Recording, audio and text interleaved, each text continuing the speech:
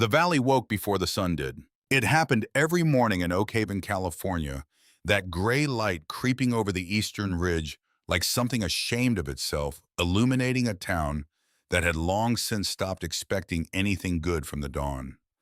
The desert wind came first, sliding down from the mountains and moving through the dying agricultural fields in long, slow waves, bending the brittle stalks of crops that nobody had properly tended in years. Then came the silence. The heavy silence of a place that had learned to keep its mouth shut. Oak Haven sat in a forgotten valley between two mountain ranges that nobody had bothered to name on modern maps. It was the kind of town that appeared on state road atlases as a small black dot with a number beside it indicating population, a number that had been quietly shrinking for the better part of 3 decades.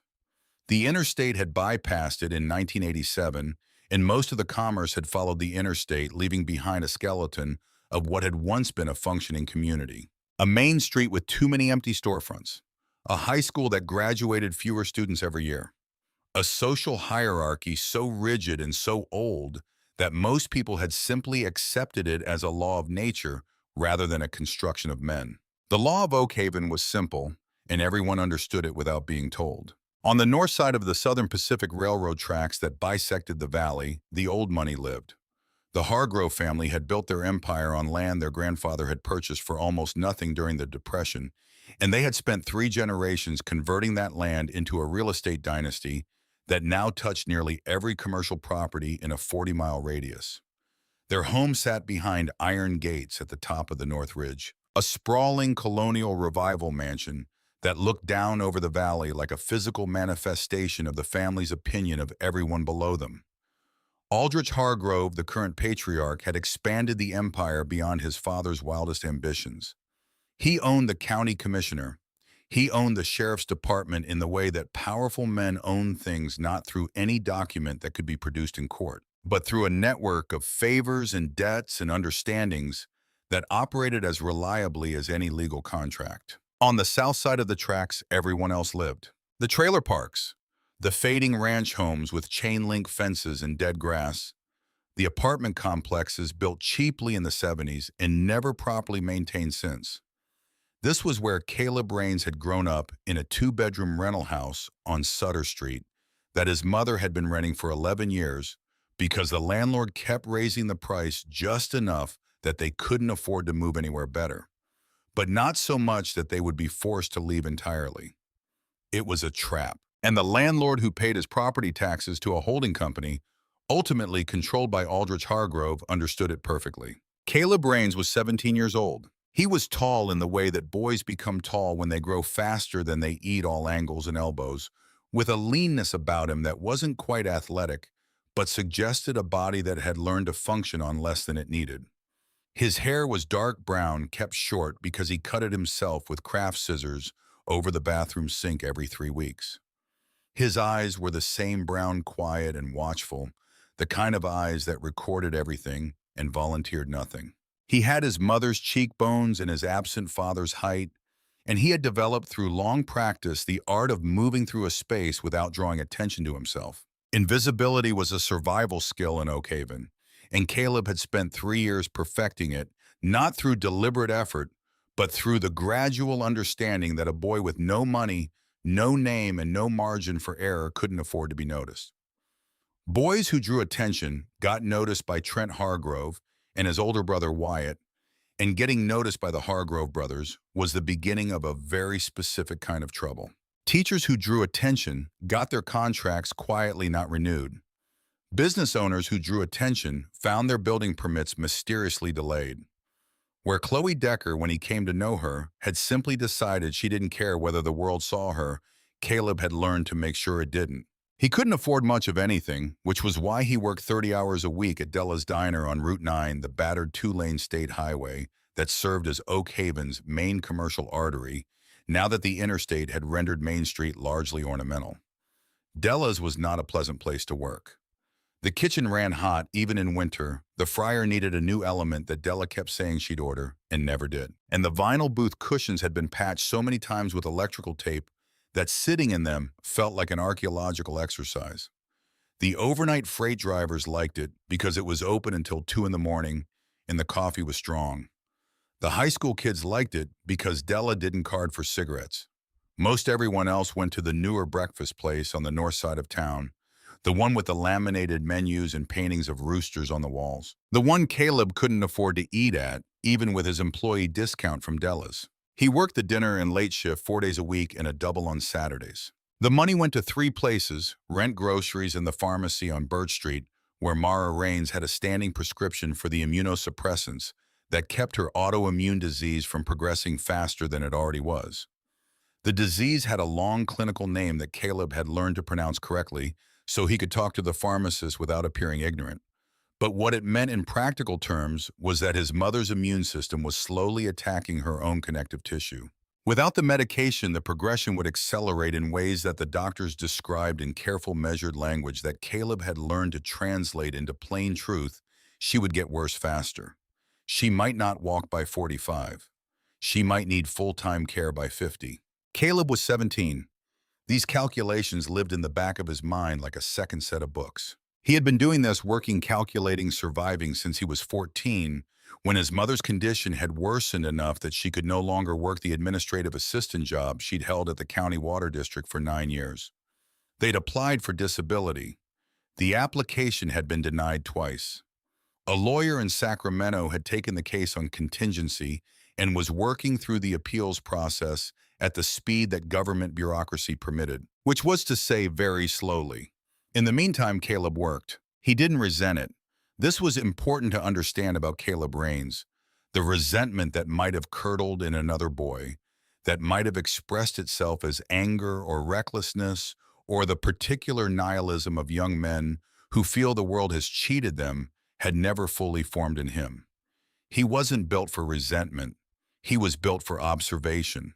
He watched and he calculated, and he moved carefully through a world that had given him very little reason to trust its good intentions, which was how he noticed things that other people missed. He noticed, for instance, that Trent Hargrove had started parking his lifted black truck on the east side of Route 9, directly across from Della's front windows on Tuesday evenings.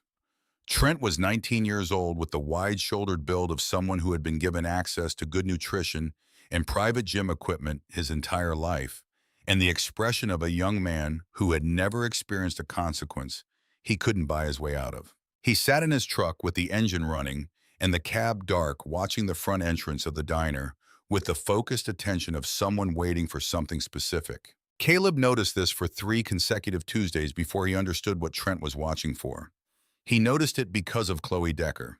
Chloe Decker had started coming into Della's on Tuesday evenings approximately 4 months before Caleb registered the truck across the street. She always arrived between 9:30 and 10 when the dinner rush had thinned out and the overnight freight crowd hadn't yet materialized, leaving the diner in a quiet that suited her. She wore a denim jacket over whatever she was wearing underneath, regardless of the temperature, a jacket that had clearly been through significant use, the elbows worn pale, a small iron-on patch on the left shoulder. She'd clearly applied herself. The hem frayed in a way that suggested she pulled at it when she was thinking. She was 16 years old, and she looked like someone who had decided very early that the world was going to be difficult and had arranged her entire exterior presentation to confirm this expectation in others before they could surprise her with it. Her hair was dark, cut short, and slightly uneven in a way that suggested she did it herself, too. She had her father's dark eyes. Caleb would learn this later, and a quality of stillness about her that was different from his own invisibility. She brought a paperback novel every Tuesday, always a different one, always with the spine broken and pages dog-eared books that had been read before being read again. She ordered nothing initially, just sat in the corner booth and read. Della would have run her off for not buying anything, but Della worked the morning shift and was reliably gone by 6. The Tuesday evenings were Caleb's domain. The first Tuesday he left her alone, which was what she clearly wanted. The second Tuesday he brought her a cup of coffee black because she didn't look like someone who wanted to be asked about cream and sugar, and set it on the table without saying anything and walked away.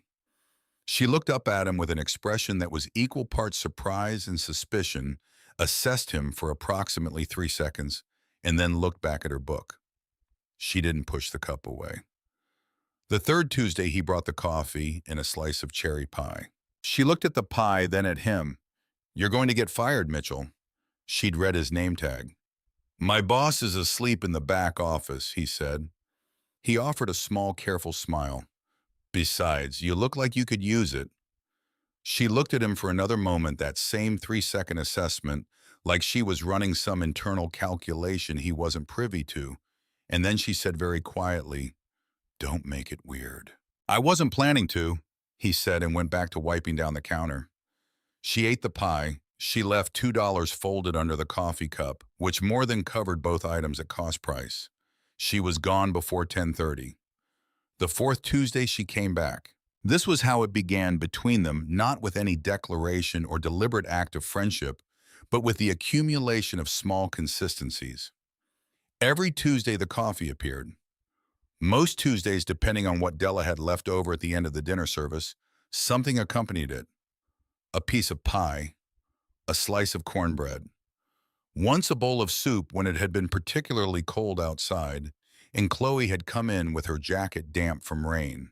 They talked in the way that people talk when they are simultaneously wanting connection and protecting themselves from it, obliquely carefully, in short exchanges that could be retracted at any time without embarrassment. She told him over several weeks pieces of things: that she lived with her father, that her father's schedule made it difficult to have friends at school in the normal sense of the word, that she came to Della's on Tuesday evenings because Tuesday was the one night her father was reliably occupied elsewhere, and she could exist for a few hours without being anyone's daughter. Caleb understood this.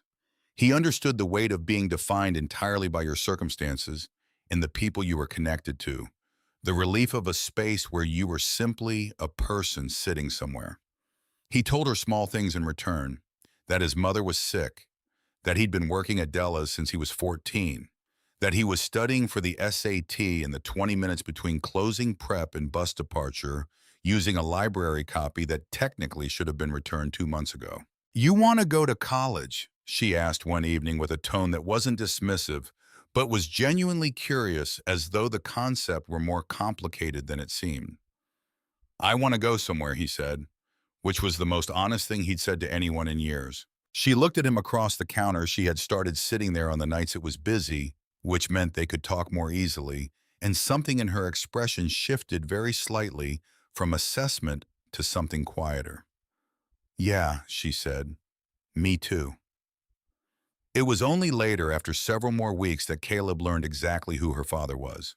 Clayton Decker had acquired the name Crow so long ago that most people in the California chapter of the Hells Angels had to actively think about whether they'd ever known his real first name.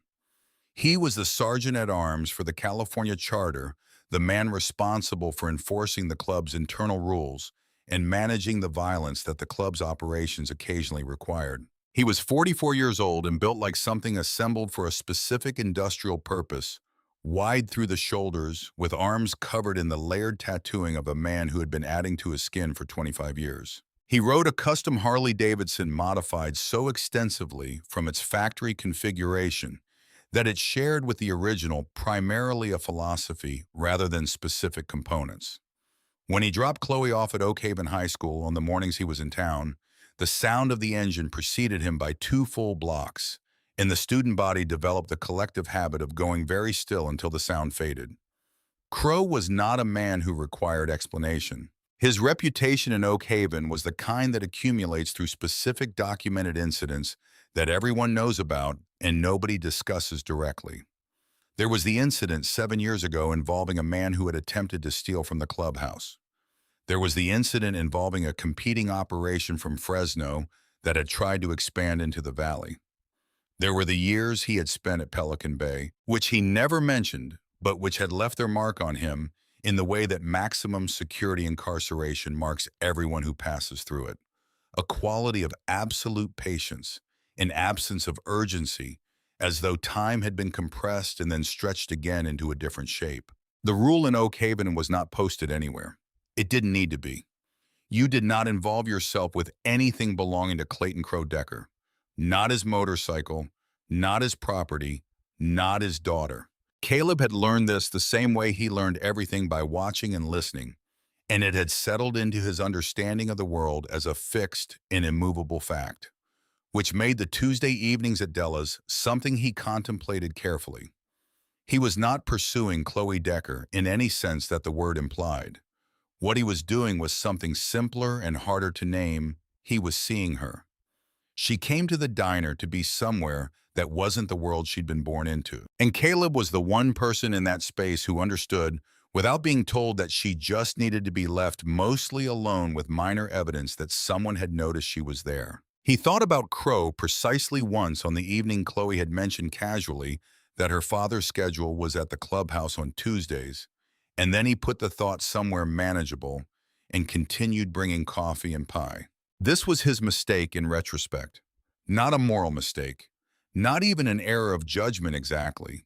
Simply a failure to account for the variable he hadn't yet fully understood, which was that Trent Hargrove had been watching Chloe Decker for reasons that had nothing to do with her specifically and everything to do with what she represented. Trent Hargrove was 19 years old and had never in his entire life wanted something he could not have. This was not an exaggeration.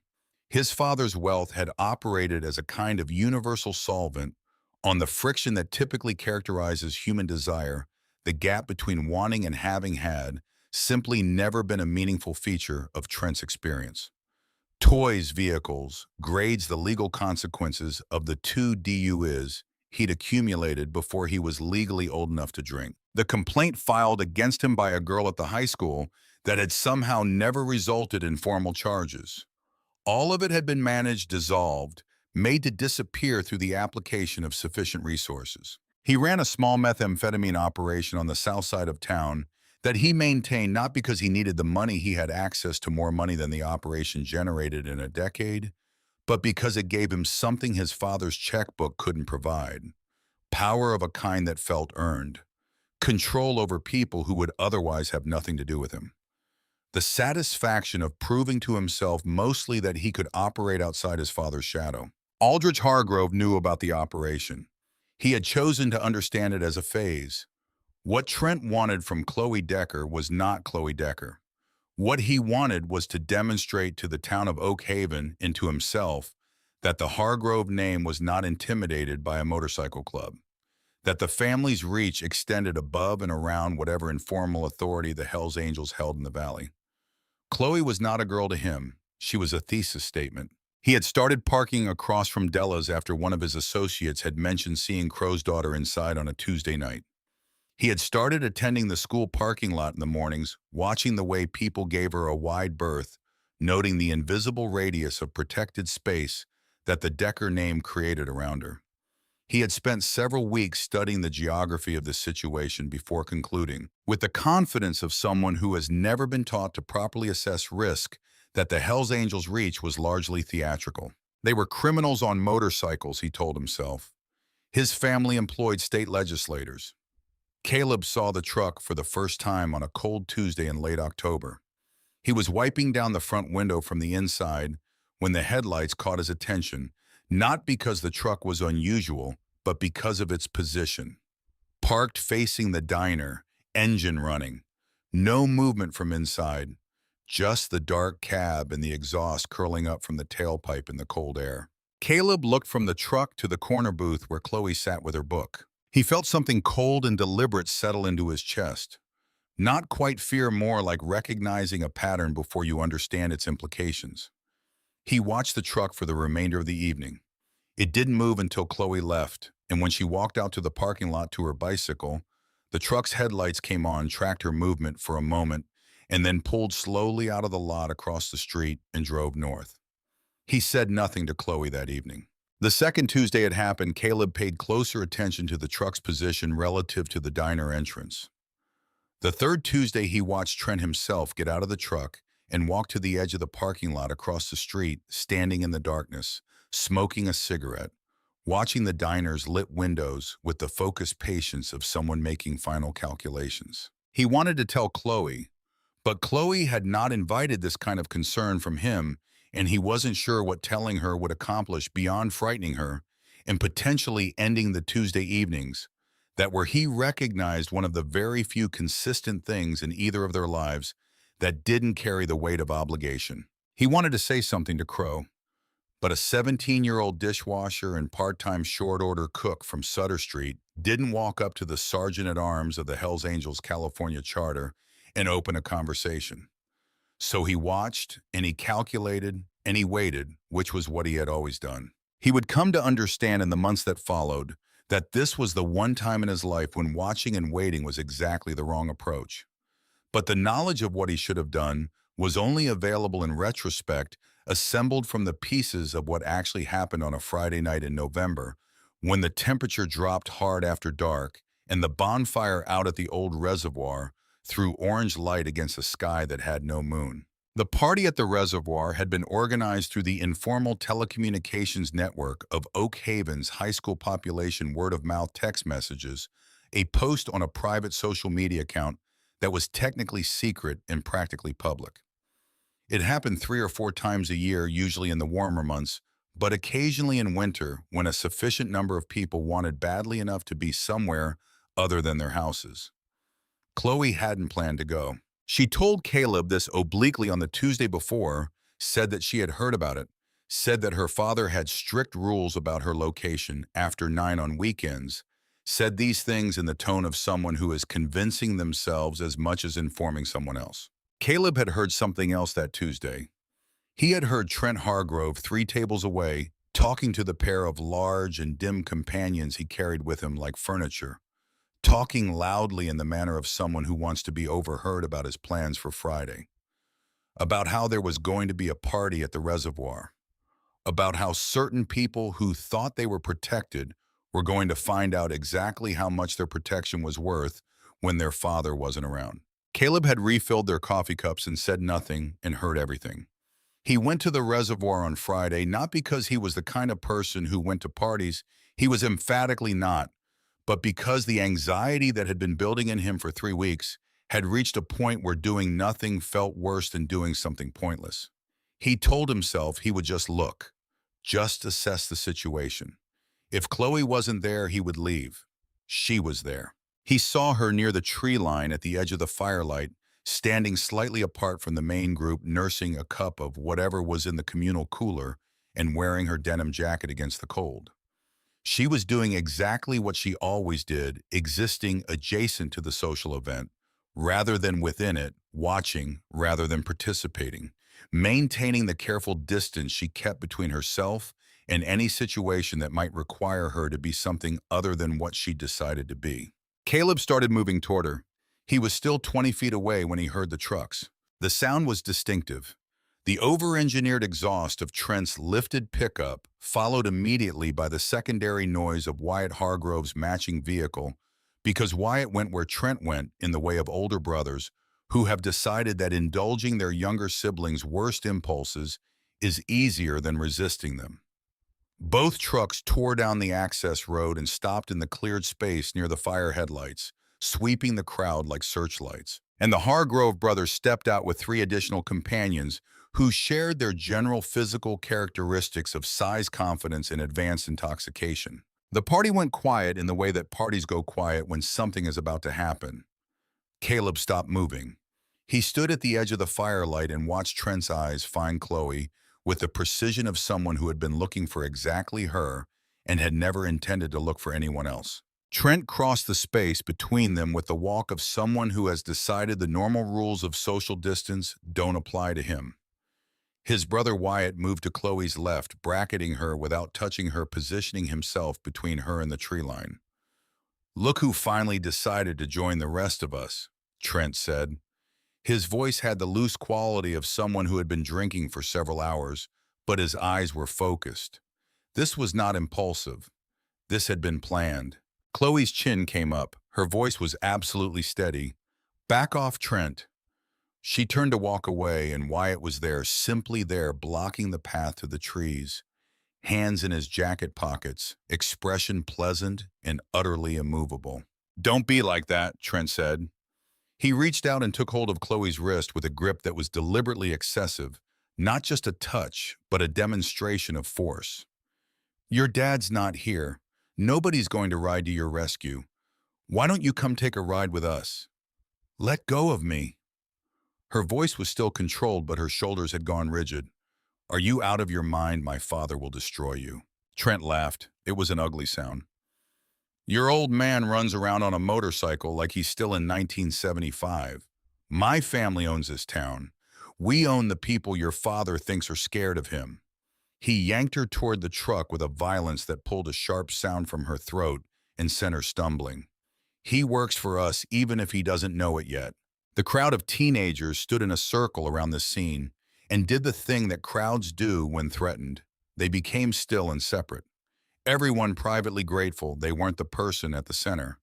Everyone very carefully not moving to intervene because the Hargrove name worked on them the way it worked on everything else in Oak Haven. Caleb moved. He didn't make a decision in any conscious sense. There was no moment of deliberation, no weighing of consequences, no calculation of the odds. One moment he was standing at the edge of the firelight, and the next his legs were carrying him forward through the ring of watching people. And then he was there, shoulder slamming into Trent's chest with everything he had, which wasn't much in terms of mass, but was delivered with enough velocity to break the grip on Chloe's wrist and send Trent stumbling backward into the dirt. The impact traveled up through Caleb's shoulder into his neck, and he stood over the fallen Trent Hargrove and said in a voice that shook but was loud enough to carry, "Leave her alone." The silence that followed was absolute except for the fire. Trent sat in the dirt and looked up at Caleb, and something in his expression traveled through surprise into something colder and more deliberate. He began to stand brushing the dirt from his expensive jacket, with the unhurried movements of someone who wants you to understand that being knocked down does not constitute defeat. "Mitchell," Trent said. He seemed to find this genuinely amusing in a way that made it worse rather than better. "You pathetic little diner rat. Do you have any idea what you just did?" Wyatt moved. The older brother's fist connected with Caleb's jaw before Caleb had time to track the motion, a full-force swing from a 21-year-old man who outweighed him by 60 pounds, and it landed with a crack that sent white light exploding through Caleb's vision and drove him sideways into the hard frozen ground. The taste of blood filled his mouth immediately, copper and bright. "Caleb!" Chloe's voice somewhere behind him, sharp with shock.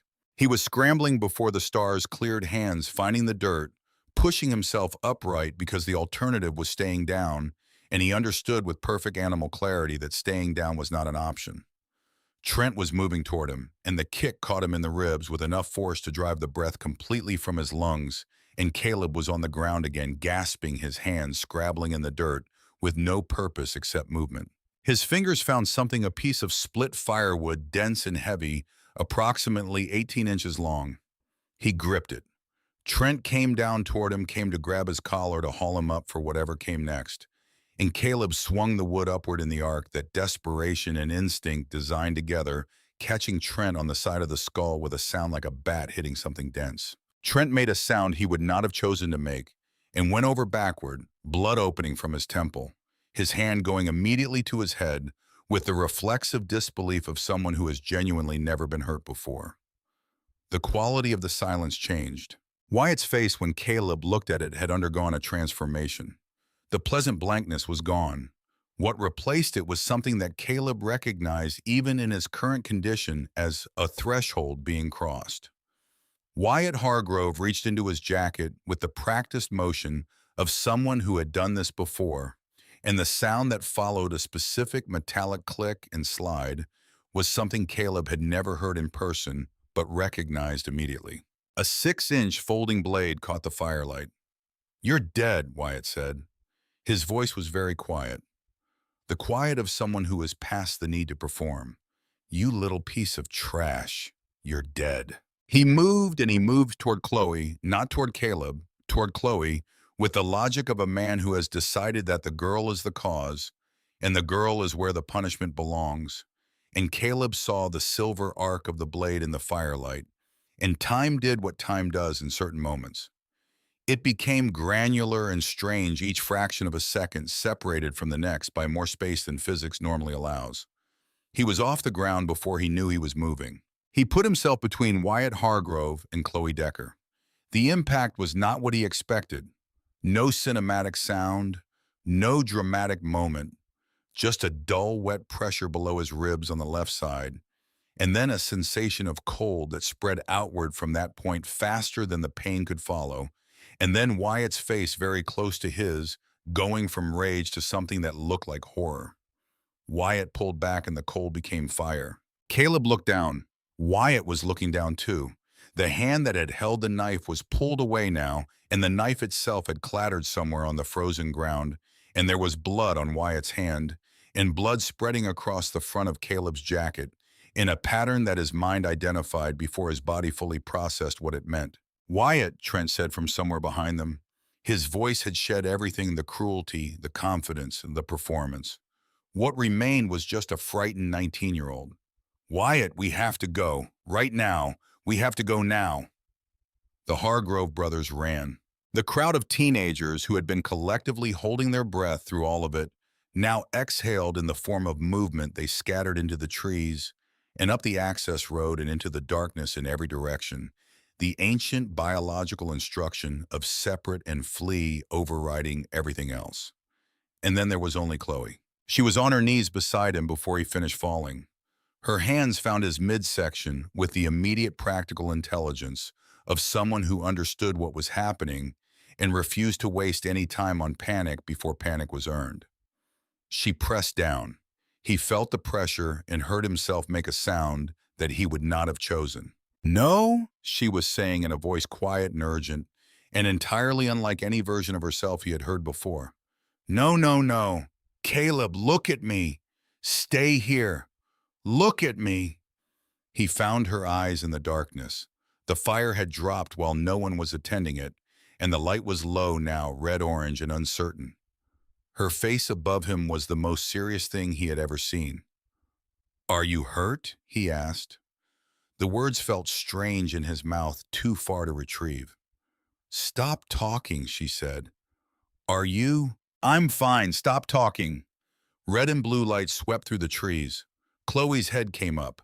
She rose to her feet without releasing the pressure, waving one blood-dark hand wildly toward the access road. "Help!" Her voice found a volume it hadn't touched before. "We need help. He's been stabbed." The cruiser's brake lights came on. Caleb watched from the ground, his perspective limited to what he could see, without moving his head, the lower portion of the access road, the wash of official light against the pines. He heard the engine. He heard it idle for a moment. Then he heard it accelerate. The light moved away. The sound moved away.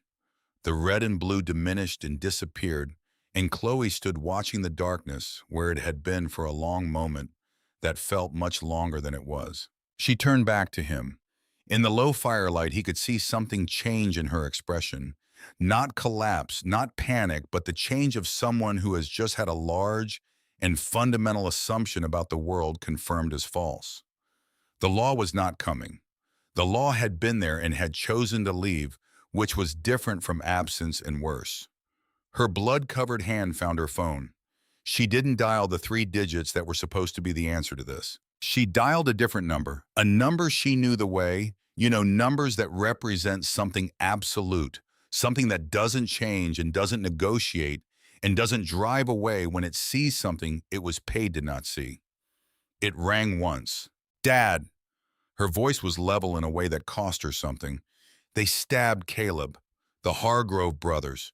Wyatt pulled a knife and Caleb got between us and—" A pause. She pressed harder on the wound and Caleb's vision went white at the edges. "The police came and drove away. Dad, the police saw him bleeding and drove away." There was a silence on the other end of the call. 5 seconds. Caleb counted them, which gave him something to do other than notice how cold the asphalt was beneath him, and how the cold seemed to be spreading from the ground up through his back rather than seeping down from the November air. He looked up at the sky above Oak Haven and noted with a detached observational faculty that was apparently the last thing to go that there were a remarkable number of stars visible tonight.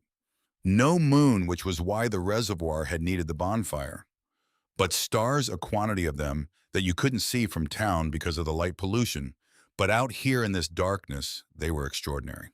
He kept his eyes on them and kept breathing and kept his hands still at his sides because someone had told him not to close his eyes, and that was the one instruction he had left that he was certain he could follow.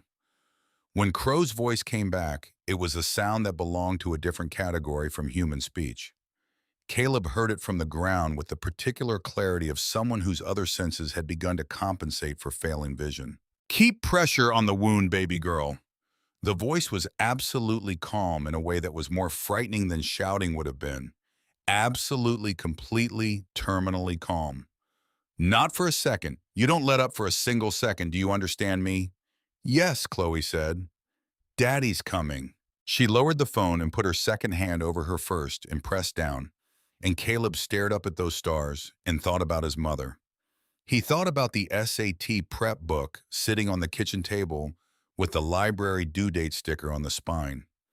He thought strangely about the Tuesday evenings at Della's and the way Chloe had looked the first time he'd brought her coffee without being asked that 3-second calculation she'd run before deciding he wasn't a threat.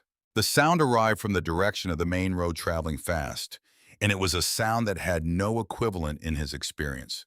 Not a car engine, and not a truck engine, and not anything domestic or familiar, but something raw and larger.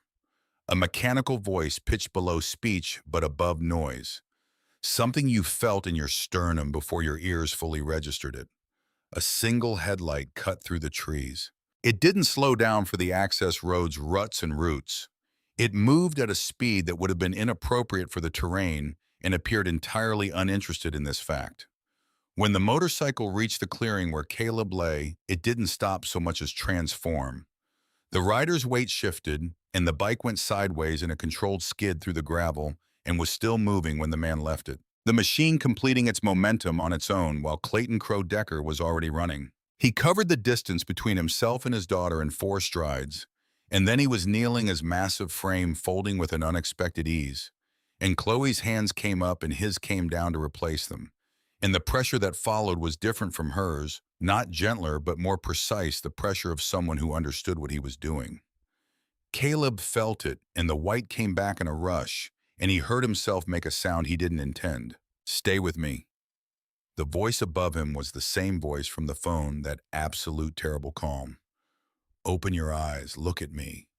Caleb opened his eyes. Clayton Crow Decker was looking at him. He was looking at him with the focused, calculating attention of someone who is simultaneously processing what has already happened and determining what happens next. Not with visible emotion, though. Something was happening behind the eyes that Caleb couldn't fully read from his current position and current condition. Who did this? Crow said. It was not a question. Wyatt Hargrove, Chloe said from behind her father. Her voice was absolutely steady. Trent was grabbing me. Caleb fought them off. Wyatt pulled the knife and... She stopped. Started again. Dad, he jumped in front of it. He saw the knife coming at me, and he put himself in front of it. The expression on Crow's face didn't change. But something behind the expression changed very profoundly in a way that Caleb could see even through the encroaching static at the edges of his consciousness. The headlights of a van appeared at the entrance to the access road. Crow looked up, and something passed between him and the driver that didn't require words. Don't close your eyes, Crow said, looking back down at Caleb. The voice was still calm, still precise, still the voice of someone who has removed from himself everything that isn't useful right now, because right now, everything needs to go toward the one thing that matters. You hear me? Don't close your eyes. Caleb kept his eyes open.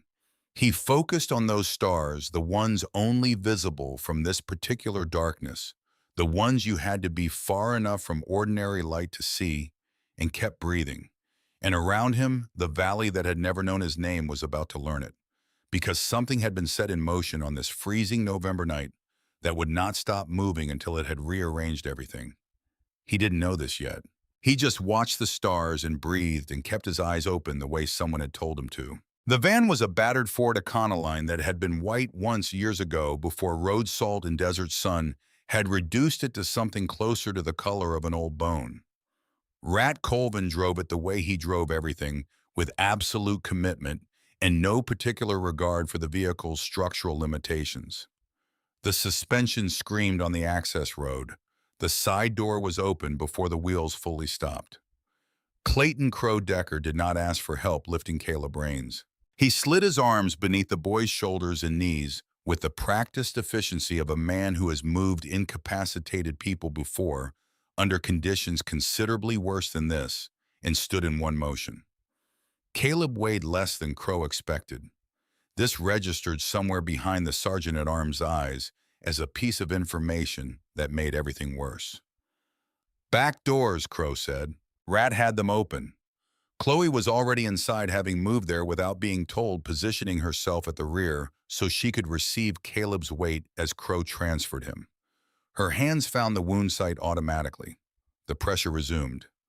Caleb made a sound that suggested consciousness was still present, which was the only metric that mattered right now.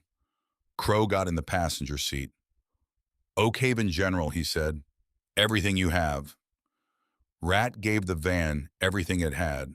The road between the reservoir and the hospital was 11 minutes at normal speed.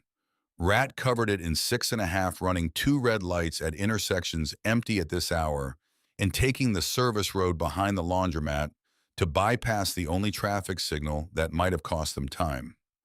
The van's interior was dark except for the ambient glow from Rat's dashboard gauges, and in that darkness, Chloe held pressure on her friend's abdomen and talked to him in a low, continuous voice that was not quite conversation, more like the sound you make to keep something tethered to the world when the world is making a competing argument.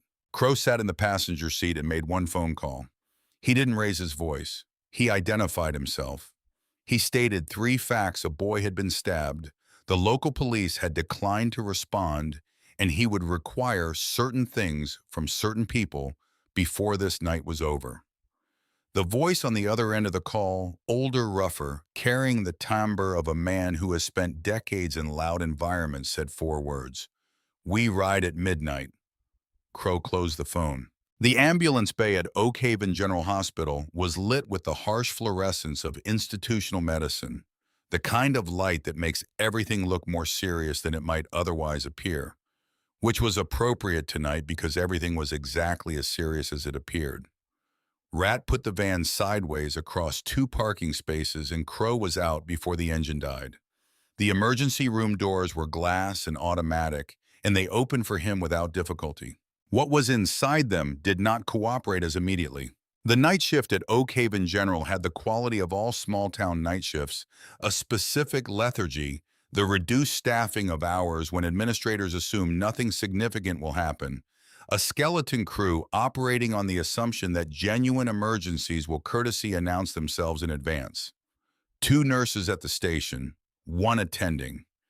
The attending was Dr. Raymond Pelton, a man in his middle 40s who had come to Oak Haven General after a career detour he preferred not to discuss and who had been on the phone approximately 9 minutes before Crow walked through the door. The call had come from Sheriff Dale Whitmore's personal cell number.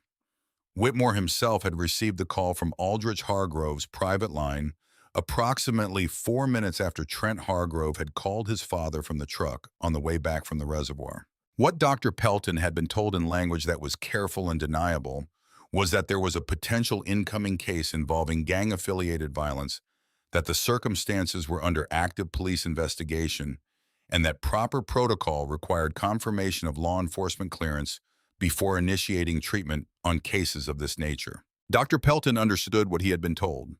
He had lived in Oak Haven for 6 years. He understood how things worked here.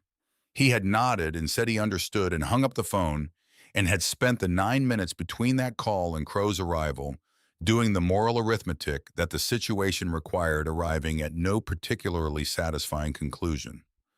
Then Crow walked through the door carrying a bleeding 17-year-old boy, and the arithmetic became considerably more urgent. "I need a trauma team," Crow said. His voice carried across the emergency room, not because of volume, but because of a quality of authority that bypassed the normal social filtering mechanisms. Both nurses stood up immediately. "Stab wound, abdominal left lower quadrant. He's been bleeding for approximately 22 minutes. Dr. Pelton stepped out from behind the station. His hands wanted to move toward the supply cabinet. The reflex of a physician encountering an emergency was very old and very deep, and he restrained them which cost him something he could feel. "Sir, I need you to step back. We have protocols for cases involving—" He didn't finish the sentence. He didn't finish it because Crow crossed the distance between them in 2 strides and took hold of his collar with a grip that communicated without any drama the precise relationship of forces currently present in the room. Crow was not a tall man by the standards of intimidation. He was 5'11", but he was constructed in a way that made height beside the point. He brought Dr. Pelton to within 6 inches of his face and spoke in a voice that was very quiet. "That boy bled on the ground while one of your sheriff's deputies sat in a running cruiser and watched," Crow said. "He got between a knife and my daughter. He is 17 years old. He works 30 hours a week to keep his sick mother from losing her house." He let this settle for exactly 1 second. "If you let him die because a politician told you to drag your feet, I will not merely hold you responsible. I want you to understand that merely responsible is not a concept available to you tonight. Do your job." Dr. Pelton looked into the eyes of Clayton Crow Decker. He had looked into difficult eyes before. He had worked a year in the Cook County Trauma Center before his detour and had seen things there that informed his understanding of human capacity for harm. What he saw in Crow's eyes was not rage. Rage was manageable rage, had a trajectory and a limit. What he saw was something colder and more patient, something that had already calculated the outcomes of every available option and arrived at perfect clarity about what it was prepared to do. "Get a gurney," Dr. Pelton said to the nurses. His voice came out steadier than he expected. "Call Dr. Vasquez in. Get me a trauma kit. Move." They moved.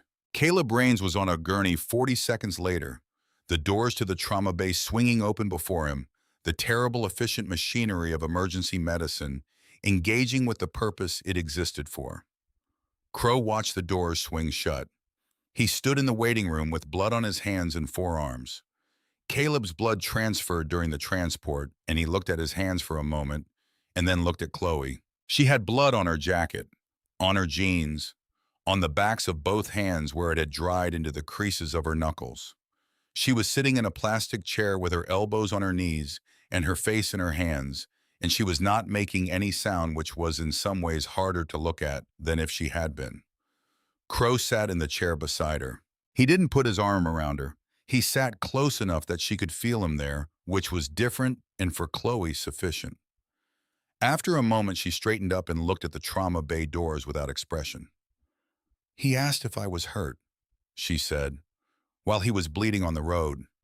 His first words to me were asking if I was okay." Crow said nothing. "Dad," she looked at him, "he's got nothing. He works at Della's. His mom is sick.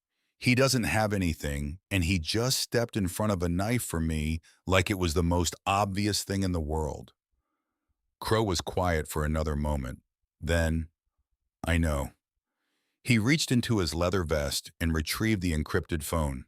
The call he made this time was to Dutch Calloway, his most reliable operational lieutenant. Dutch was 41 years old, had been with the California Charter for 18 years, and had the quality of absolute steadiness under pressure that made him the person you called when the situation required execution rather than improvisation. The conversation lasted 90 seconds. When Crow hung up, he said nothing to Chloe about what had been arranged. He sat beside his daughter in the plastic waiting room chairs, and they watched the trauma bay doors together, and the clock on the wall moved from 11:40 to midnight to 12:30. And sometime around 1 in the morning, the doors opened, and Dr. Pelton came out still in his surgical attire. And he looked at Crow with the expression of a man who has spent 2 hours doing something very difficult and arrived at a provisional success. "He's stable," Dr. Pelton said. "Punctured bowel, nicked mesenteric artery. He lost significant blood. We repaired both. He's going to be in recovery for—" "He's going to be here until he can walk out on his own," Crow said. "Whatever that requires." Dr. Pelton absorbed this. "I'll need to notify. His mother is on her way. She's the only family notification required." Crow's voice was even. "If anyone else attempts to make decisions about this patient's care or access to this patient's room, or this patient's medical status, you call me before you respond to them. Do you understand what I'm telling you? Dr. Pelton understood. He went back through the doors. Crow made 2 more calls before 4 in the morning. The first was to arrange transportation for Mara Raines. A prospect named Danny Fitch was dispatched to the house on Sutter Street with instructions to wake her. Carefully explain the situation as calmly as could be managed. Pack a bag with her medications and bring her to the hospital in the chapter's black SUV. The second call confirmed logistics that Crow had set in motion from the passenger seat of Rat's van. Mara Raines arrived at Oak Haven General at 4:17 in the morning. She was a small woman. Caleb had her cheekbones, which meant he had her bone structure, the angular elegance that illness had sharpened rather than diminished. She was 41 years old and moved with the careful deliberateness of someone who has learned to budget physical effort, who knows that the body has limited reserves, and that squandering them on urgency costs more than the urgency is worth. She came through the emergency room doors and saw Crow standing in the waiting area, and she stopped. She had never met Clayton Crow Decker. She knew who he was the way everyone in Oak Haven knew who he was. She looked at the blood on his hands that he hadn't had the opportunity or the inclination to fully clean, and she looked at his face, and she waited. Crow removed his sunglasses. He did this deliberately, not as a concession, but as a statement of intent. He looked at Mara Raines with his actual eyes, which were dark brown and tired, and held in them something that the sunglasses normally prevented people from seeing. "Your son is stable," he said. "He came through surgery. He's going to recover." He waited for this to land before he continued. "What he did tonight, stepping between a knife and my daughter, is the kind of thing I have seen grown men with 20 years in this life fail to do. Your boy has the heart of a lion, ma'am. I want you to know that before anything else." Mara Raines listened to all of this. She had the stillness of a woman who has learned not to react until she is fully understood. "Can I see him?" she asked. "In a few hours. He's in recovery." Crow gestured to the chairs. "Sit down. Someone will bring you coffee." She sat. He sat across from her. And in the pre-dawn quiet of the waiting room, they kept watch together over something neither of them had expected to find themselves responsible for.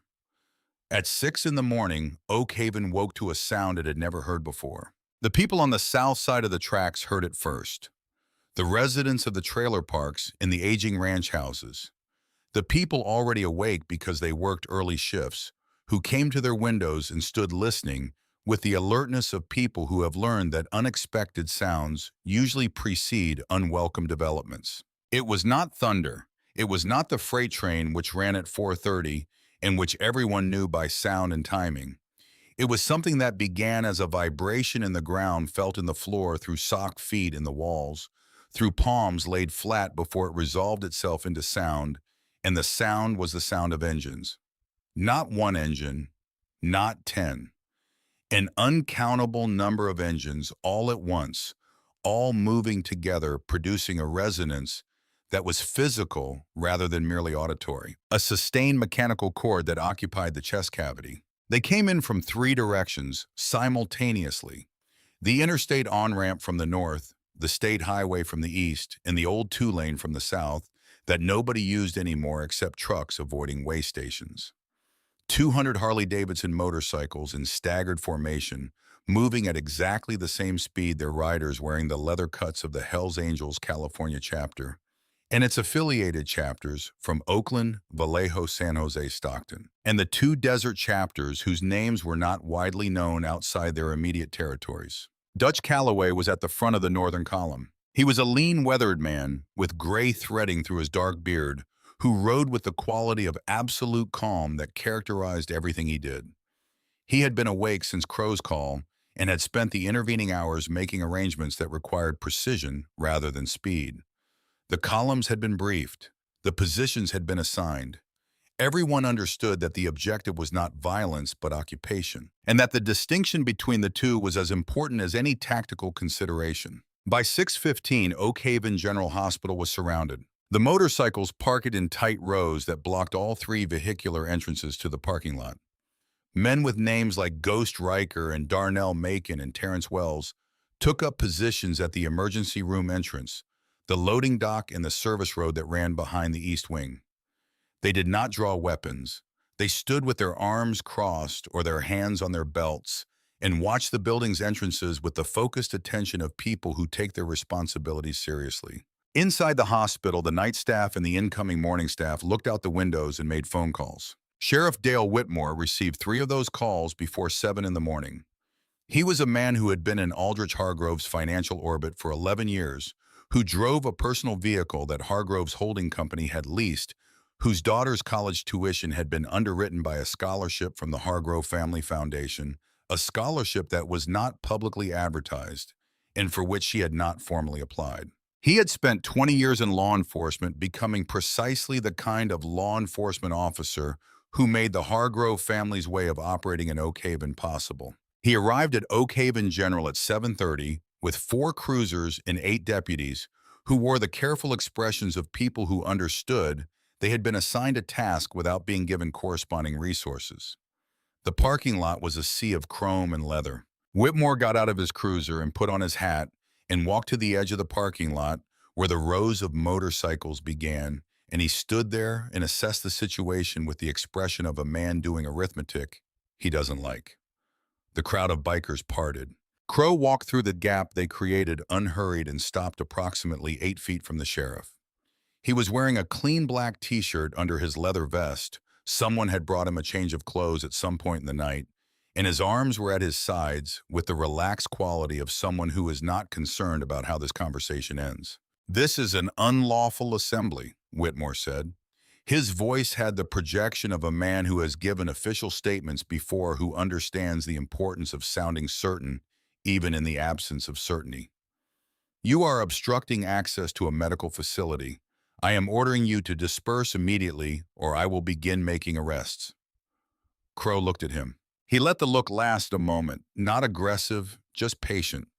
Then he spoke at a volume pitched to carry not just to Whitmore, but to the deputies behind him and the reporters who had already materialized on the public sidewalk beyond the parking lot entrance, because someone had called someone, and cameras had arrived with the speed that cameras achieve when the story is already writing itself. Deputy Colt Marsh was on the Reservoir Access Road last night at approximately 11:15, Crow said. He observed a 17-year-old boy bleeding on the asphalt from a stab wound sustained while protecting a minor from a violent assault. Deputy Marsh was in a running patrol vehicle with functioning communication equipment. He did not stop. He did not call for medical assistance. He drove away. He paused. He drove away because Aldrich Hargrove's phone call to your personal cell number arrived before he did. The cameras were recording. Whitmore's face had undergone a subtle but visible change. "That is a baseless." "I'm not finished." Crow's voice didn't change. It didn't need to. "The attending physician at this facility was contacted by your office prior to our arrival and advised to delay treatment on a gang violence case awaiting law enforcement clearance. The boy who came through those doors last night is not in any gang. He is a 17-year-old who works at a diner on Route 9 and takes care of his sick mother. He has never been arrested. He has never been charged with anything." Another pause. "You tried to let him die. You tried to let him die to protect 2 grown men who put a blade in him because they couldn't accept that some things in this world are not available for purchase." The silence that followed had a weight. Sheriff Dale Whitmore looked at the 200 men standing behind Crow. He looked at the cameras on the sidewalk. He looked at his 8 deputies whose expressions had acquired a stillness that was different from professional composure. He made the calculation that the situation made available to him. "This isn't over," he said. "No," Crow agreed without heat. "It isn't." Whitmore got back in his cruiser. The 4 Oak Haven Sheriff's Department vehicles reversed out of the parking lot and drove north, and the crowd of bikers watched them go, and nobody said anything, and the cameras recorded the silence. On the north side of Oak Haven, the Hargrove estate sat in a different kind of silence. Aldrich Hargrove had been awake since 2 in the morning when his sons had come home with blood on their clothes and incoherence in their accounts. He had spent the intervening hours on the phone, his personal attorney, who had gone from reassuring to careful to quietly alarmed over the course of 3 calls. The state senator whose campaigns he had funded for a decade, who had picked up on the first call and not on the third. a private security contractor in Los Angeles who had listened to the situation and quoted a number for extraction services. The estate was large by the standards of rural California, 12 rooms, a detached garage that housed 4 vehicles, grounds that extended to the edge of the pine forest on the north slope of the ridge. The gates were reinforced iron, 8 feet tall, installed 4 years ago after a business dispute that Aldrich preferred not to remember.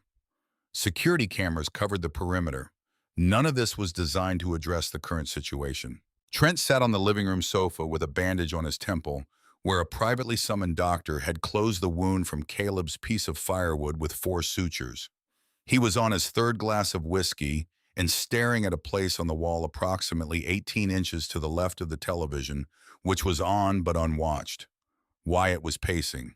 Wyatt Hargrove's pacing had begun at approximately 3 in the morning and had not stopped for any meaningful interval since. He was 21 years old, and he had spent 21 years in the absolute confidence that the consequences available to other people were not available to him, and this confidence was disassembling itself in real time, and the process was not going smoothly. He had stopped twice to be sick in the bathroom adjacent to the kitchen. His hands, when they were visible and not shoved into his pockets, were not entirely steady. "They're going to kill us," he said.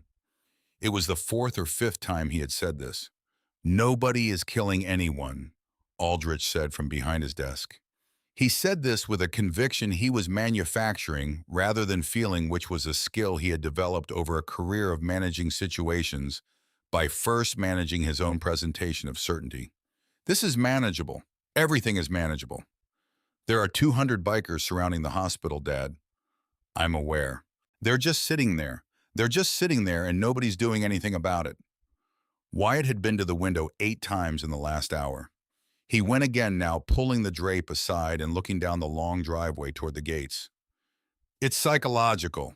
They're doing it on purpose, so we—" "Wyatt?" Aldrich's voice had the quality of a hand pressed firmly on a surface. "Sit down." Wyatt didn't sit down. "The senator's not calling back," Trent said to the wall. "That's bad." "The senator is managing his exposure," Aldrich said. "That's different from—" "He's not calling back," Trent repeated. "In 11 years, he's called back within 20 minutes. It's been 4 hours." Aldrich opened his mouth and closed it again. The private security contractor had quoted the extraction number, and then 40 minutes into the conversation about logistics had asked a clarifying question about the nature of the situation. Aldrich had provided a sanitized version. There had been a pause, and then the contractor had said in the measured tones of a professional assessing a professional risk that his company's service parameters did not include operations in environments with active Hells Angels involvement at this scale, and had offered a refund of the deposit. Aldrich had not taken this well, but he had eventually ended the call. There was still the helicopter option. He had a relationship with a charter service out of Sacramento. Corporate transport, fully licensed, fully insured, the kind of arrangement that powerful men maintain for circumstances that require rapid geographic flexibility. He had called them at 5 in the morning and arranged for an extraction at 1:30 the following night, landing on the rear lawn himself and his son's destination, a private airstrip outside of Reno, where they would transfer to a chartered international flight. He had accounts in Nassau that the federal government would need significantly more time than tonight to access, assuming they got that far. He had not told his sons about the helicopter yet. He told them now. Wyatt stopped pacing. Trent looked away from the wall. Aldrich watched the specific quality of relief that moved across their faces. The desperate, grateful relief of people who have been given permission to believe that escape is still possible, and he felt something that he identified uncomfortably as its mirror image. Not relief, the thing that lives in the space where relief should be when you know enough to understand that the situation is worse than the available options suggest. He went to get the travel bags from the upstairs closet. At 1:15 in the morning, the rear grounds of the Hargrove estate were dark. The security lighting that normally covered the lawn had developed a technical malfunction at approximately 11:30 a.m.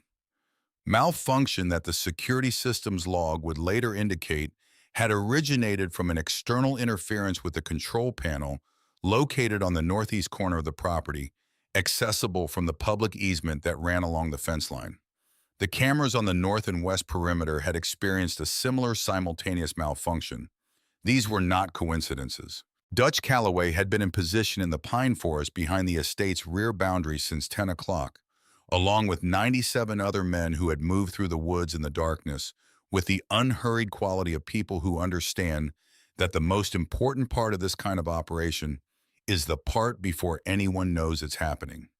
They had come in groups of 3 and 4 over the course of 4 hours, dispersing through the forest to positions that covered the entire rear perimeter. They wore dark clothing over their cuts. They had not spoken above a whisper since entering the trees. Aldrich Hargrove and his sons came out the rear doors of the estate at 1:22, each carrying a bag, Aldrich in the lead with the phone pressed to his ear, confirming the inbound helicopter's ETA. The lawn was dark and quiet, and the pine forest beyond the boundary fence was darker and quieter, and the helicopter's navigation lights were already visible in the distance, blinking red and green through the overcast, descending toward the open grass of the rear lawn. "There," Wyatt said. His voice cracked on the single word. "Thank God." The aircraft dropped below the ridgeline following its approach to the lawn's center, its rotor wash beginning to flatten the grass in expanding circles.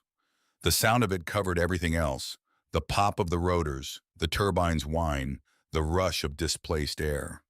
Then Dutch Calloway raised the flare gun. He had positioned himself at the edge of the tree line, which the approaching pilot could see clearly even in the darkness at this distance. He aimed not at the aircraft, but at the air directly across its flight path, at the precise angle that would place a burning crimson signal flare in the pilot's visual field at the moment of maximum effect. He fired.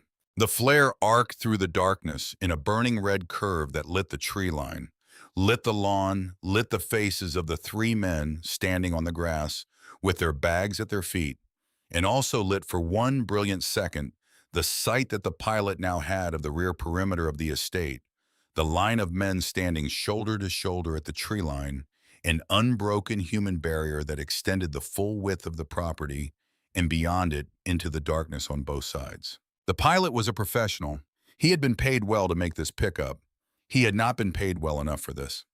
The helicopter banked hard, the engine note changing as it clawed for altitude, the navigation lights tilting and rising and moving rapidly away from the estate grounds, until the sound of the rotors was just another quality of the darkness. Aldrich Hargrove watched it go. He watched it with the stillness of a man experiencing the exact moment when the last available option closes, a stillness different from any other kind, because it contains within it the understanding that what comes next is not a choice, but a consequence. Trent sat down on the lawn. He sat down in the grass in the dark with his bag beside him, and his elbows on his knees and his face in his hands. Wyatt was saying something, repeating something, a loop that had lost its connection to any expectation of being heard, just the sound of a person processing what the world has become in the space of 24 hours. Aldrich turned toward the house. The rear doors were already open. The men standing in his living room were 5 in number, which was exactly the right number for this kind of conversation, enough to make the point, without the numerics becoming the point. Dutch Calloway was there, having come through the rear grounds while his men held the perimeter. 3 others whose names Aldrich would not learn. And Crow. Crow stood in the center of Aldrich Hargrove's living room, with his hands on his belt, in the same posture he had held in the hospital parking lot that morning, with the same quality of absolute, unhurried calm. He looked at the room, at the mahogany panels, the professional-grade entertainment system, the framed photographs of Aldrich with governors and senators, the photograph above the fireplace of the family at a beach somewhere expensive, and he looked at it all with the expression of someone who has seen variations of this room before and finds it unsurprising. Aldrich came in from the rear and stopped. He had spent 40 years being the most powerful person in any room he entered. He had spent those 40 years constructing the conditions that made this true, the money, the relationships, the network of obligations that extended in every direction from his position like spokes from a hub. He stood in his own living room and understood with a clarity that all those years of accumulated power had not prepared him for that. None of it was present right now. "You actually thought the helicopter would work," Crow said. "Not a question." Aldrich said nothing. He was still running calculations, which was what he did, which was the only thing he knew how to do, and the calculations were not arriving at useful results. Sit down, Aldrich. Crow's voice was conversational. This isn't what you think it is. Aldrich sat. Crow reached into his vest and produced a ledger, a standard composition-style accounting book, the kind available at any office supply store, its cover worn and its pages swollen with use. He placed it on the coffee table with the deliberate care of someone setting down something significant, and then he stepped back. Aldrich looked at the ledger. He recognized it. He recognized it the way you recognize something that you created yourself and believed was secured, a recognition that traveled from his eyes into his chest and settled there as a specific physical sensation, cold and spreading, that he would later describe to his attorney as the moment he understood. Your son kept excellent records, Crow said. Trent, I mean. He was meticulous. Names, dates, quantities, the names of the distribution points, the names of the people who moved the product, the accounts that received the proceeds. And this is the part that his attorney is going to find particularly interesting, the transfer records showing where those proceeds went next. He paused. They went into Hargrove Properties LLC Aldrich through 3 shell accounts, but the accountant who set those up kept his own records, which we also have. The sound that came from somewhere outside was the sound of federal vehicles on the private road, the specific multiple vehicle sound of a significant law enforcement response, the kind that doesn't arrive as 1 or 2 units, but as a coordinated deployment. We sent the ledger to the FBI field office in Sacramento at 11:15 tonight, Crow said. They've had 4 hours to read it. I suspect they found it compelling. He picked up the ledger from the coffee table. We're keeping the original. They have the copy and the digital files. He tucked it back into his vest. Your sheriff, your senator, your lawyers, none of that matters now. This has moved to a level where the people you've been paying don't have jurisdiction. Aldrich Hargrove looked at his hands. Wyatt and Trent had come in from the rear. Wyatt looked at the men in the room and then at his father. Something in Wyatt's face, in the architecture of what remained of his confidence, collapsed completely in that moment, and what was underneath it was just a 21-year-old who had made a catastrophic mistake and was beginning to understand with the precise detail that catastrophes eventually supply what it cost. Please, Wyatt said. The word came out wrong, too small, too late, disconnected from any context in which it could do work. Please, I didn't mean to. I can pay. I have accounts they don't know about. I can... Crow looked at him. He didn't speak. He just looked, and what was in that look was not hatred, which would have been easier to receive, but something more precise. A complete and absolute accounting. The kind of look that tallies everything and arrives at a number and presents it without commentary. You don't get to beg, Crow said finally, but you're not going to die tonight. He said this with a flatness that made it sound not like mercy, but like a different kind of sentence. What's coming for you is worse than what I could do to you in this room, and we both know it. The sirens were close now. Not the local sirens, not the familiar sound of Whitmore's department, which everyone in Oak Haven had learned to interpret as performance rather than response. These were different, deeper, multiple frequencies. The sound of federal authority which moves at its own speed and does not negotiate. Crow walked to the door. He paused with his hand on the frame and looked back once, not at Aldrich, but at the room itself, at the photograph above the fireplace, at the evidence of 40 years of accumulated power, arranged decoratively on every surface. The boy you left bleeding on a road, Crow said, is going to wake up in a few hours. He's going to go to college. He's going to become something. He said this without triumph, without heat, as a simple statement of what the future held. This room is going to be a federal asset within 72 hours. He walked out. The 5 men moved through the rear of the house and into the darkness of the pine forest, and the darkness received them, and within 4 minutes, there was no evidence in the tree line that anyone had been there at all. The federal vehicles came through the front gate 40 seconds later. Special Agent Nora Reyes of the FBI Sacramento field office stepped out of the lead vehicle onto the Hargrove driveway, and looked at the house and looked at the three men standing in the open front doorway with their bags at their feet. She had been working financial crimes for 9 years. She had reviewed the ledger during the 4-hour drive from Sacramento and had spent the last hour on the phone with the U.S. Attorney's Office. She had seen variations of this house before, too. She walked to the front door. "Aldrich Hargrove," she said. "I have a warrant." Across town at the same moment, a second team of federal agents was entering the Oak Haven Sheriff's Department through the front and back entrances simultaneously. Sheriff Dale Whitmore was at his desk, and he had been at his desk for the last 2 hours, running a paper shredder that had begun to overheat. And when the door came open, he stopped the shredder and put his hands flat on the desk and didn't reach for his sidearm. Because Dale Whitmore had spent 20 years in law enforcement and understood better than most exactly what the situation was and what the available options were. He raised his hands. Deputy Colt Marsh was not at the sheriff's department. Deputy Colt Marsh had not gone home after his shift. He had driven his personal vehicle to a motel outside the county line and checked in with cash and sat on the bed in the dark watching the local news on a television with a broken color setting. And he had spent the night doing the same arithmetic that the situation made available, and the arithmetic had produced a result he found unacceptable. He was a man being squeezed from two directions. The federal warrant that he understood was coming would have his name in it. His vehicle's dash camera had been active on the Reservoir Road, and while he had disabled the transmitter before the incident, he had not been able to confirm whether the recording itself had been overwritten.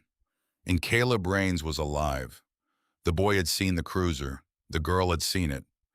If Raines testified about the vehicle that stopped and drove away, Marsh's career and freedom both ended at that testimony.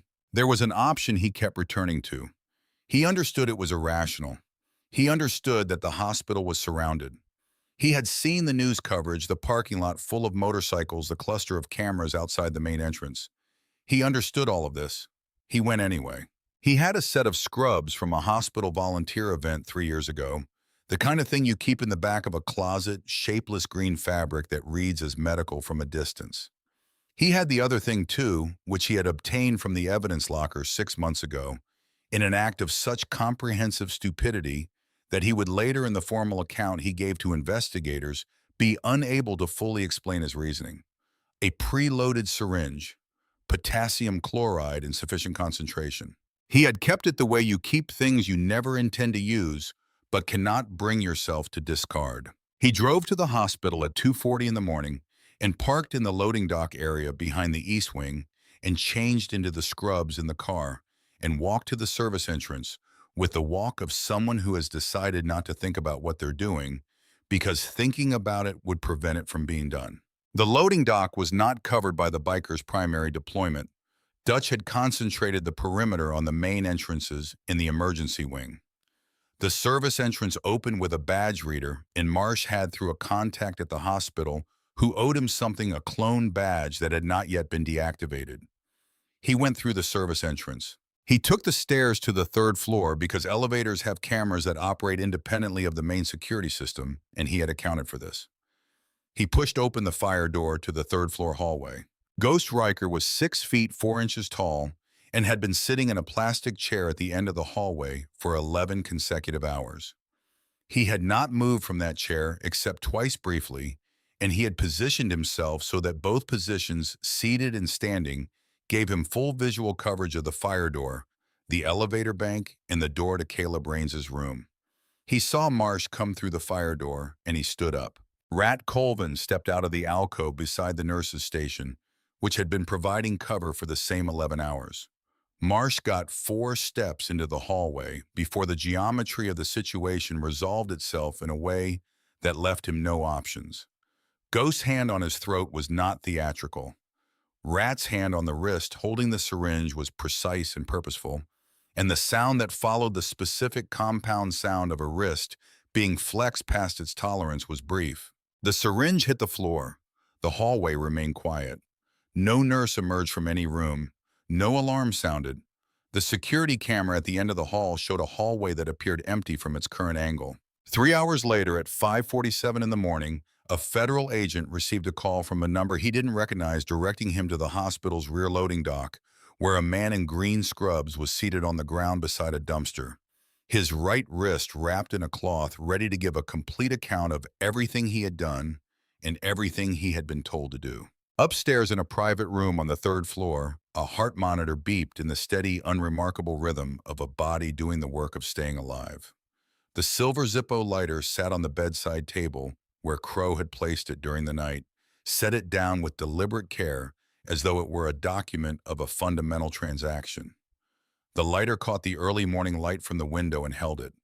Mara Raines was asleep in the chair beside the bed, her hand loosely over her son's. Chloe sat in the corner chair, not asleep, watching the slow rise and fall of Caleb's chest, with the expression of someone who has decided to believe in something and is not going to stop believing in it until the evidence definitively says otherwise.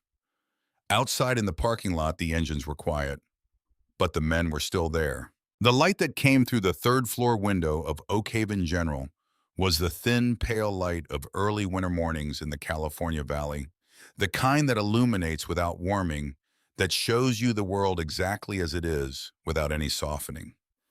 It came through the blinds in horizontal strips and lay across the blanket and across Mara Raines's hand where it rested over her son's, and it lay across the silver Zippo on the bedside table. And it moved very slowly as the morning progressed, the way light moves when nobody's watching it. Caleb Raines opened his eyes at 7:14 in the morning. The ceiling was white acoustic tile with a water stain in the far left corner shaped like nothing in particular. The light was institutional and the sound was institutional. The beeping of the monitor, the low hum of the climate system, the distant sound of a cart being moved in the hallway outside. His mouth tasted like copper and dry cotton and something chemical that he identified slowly as the residue of anesthesia. He tried to shift his weight and discovered with significant immediacy why this was inadvisable. The sound he made brought his mother upright in the chair before he had finished making it.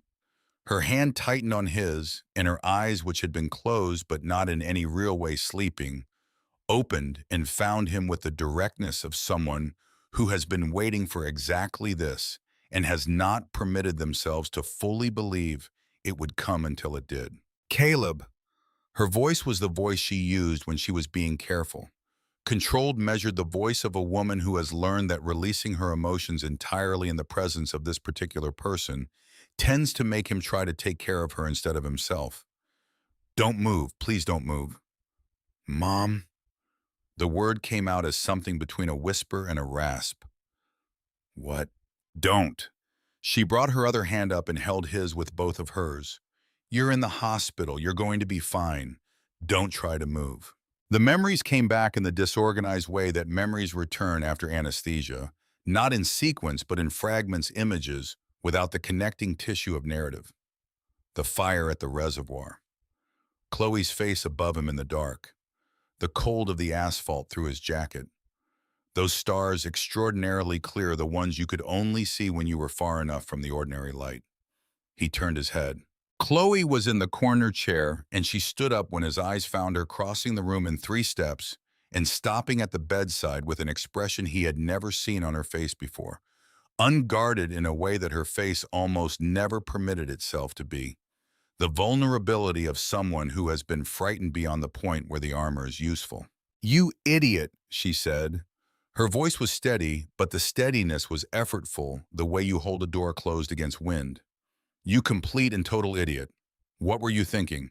I was thinking why it was going to. I know what you were thinking. She leaned down and rested her forehead very carefully against his shoulder, avoiding the IV line, avoiding the monitor lead taped to his chest, finding the one small space that was just him and not the infrastructure of his survival. You stupid, brave, absolute idiot. He was quiet for a moment. Are you hurt? He asked. She lifted her head and looked at him. That is the second time you've asked me that, she said. When did I ask the first time? While you were bleeding on the road. He absorbed this. Well, he said, are you? No? She straightened up. Her eyes were red, but her voice had found some of its normal steadiness, the quality of someone returning to familiar ground after an excursion into territory she hadn't chosen. Because of you. I'm not hurt because of you. The door opened. Crow filled the doorway the way Crow filled most spaces, not through performance of presence, but simply through what he was, the combination of his physical dimensions and the quality of stillness he carried with him. He was wearing a clean cut over a dark flannel, and he moved into the room with the quiet deliberateness of a very large thing that has chosen for this moment to be careful. He stopped at the foot of the bed. He looked at Caleb, and something in his expression had changed from the road. The calculation was finished. What remained on the other side of it was quieter and more permanent. Caleb tried to sit up some instinct about appropriate posture in the presence of certain people and discovered again why this was inadvisable and subsided. "Lay back," Crow said. His voice was low and without any sharpness. "Don't be stupid twice in 1 week." Caleb lay back. Crow reached into his leather vest. What he produced was the Zippo, the one that had been sitting on the bedside table since Caleb couldn't remember when that he must have placed there during the night. He picked it up from the table, held it for a moment, and then set it back down but closer within reach of Caleb's right hand. It was custom-made, heavier than a standard Zippo, silver rather than chrome, with the winged death's head engraved on both sides in the detailed style of someone who took the symbol seriously. It had the worn patina of long use, the edges softened by years in a pocket, the hinge moving with the smoothness of a thing that had been opened and closed thousands of times. "In my world," Crow said, "loyalty and sacrifice are the only currencies that matter. Everything else, money, reputation, fear, it rents. It doesn't buy. But what you did on that road is something that can't be rented." He looked at Caleb directly. "You bled to keep my daughter breathing. That makes you family. Not a friend of the family. Not someone we owe a favor. Family. From this day until they put you in the ground, you carry the protection of this club. Nobody in this state puts a hand on you or your mother. That is not a kindness. It is a debt, and in my world, debts are absolute." The room was very quiet. Mara's hand tightened on Caleb's. "What about the Hargroves?" Caleb asked. His voice was steadier than it had been, the anesthesia clearing in increments, the world coming back into focus around its edges. Something moved through Crow's expression, not quite a shadow, more like the way a cloud passes across a landscape, briefly changing everything and then moving on. The thing behind it was not warm. "They're learning," Crow said, "a very specific lesson about the distance between believing you're at the top of the food chain and actually being there." He reached out and placed one large hand on the footboard of the bed, a gesture that was neither aggressive nor affectionate, but was somehow both. "Don't spend energy on the Hargroves, Caleb. Put what you have toward getting out of this bed. The rest is already handled." He left the same way he'd entered, without ceremony, without the door making more sound than necessary. Caleb looked at the Zippo on the table. Then he looked at his mother, who was looking at the door Crow had just walked through with an expression he couldn't fully read, the expression of a woman recalibrating her understanding of the world's available categories. "Mom," he said. "I know," she said. "You don't know what I was going to say. You were going to say that you didn't have a choice." He was quiet. "You always had a choice," she said. "You made the right one." She looked at him. "That doesn't make me less terrified. But it's the truth."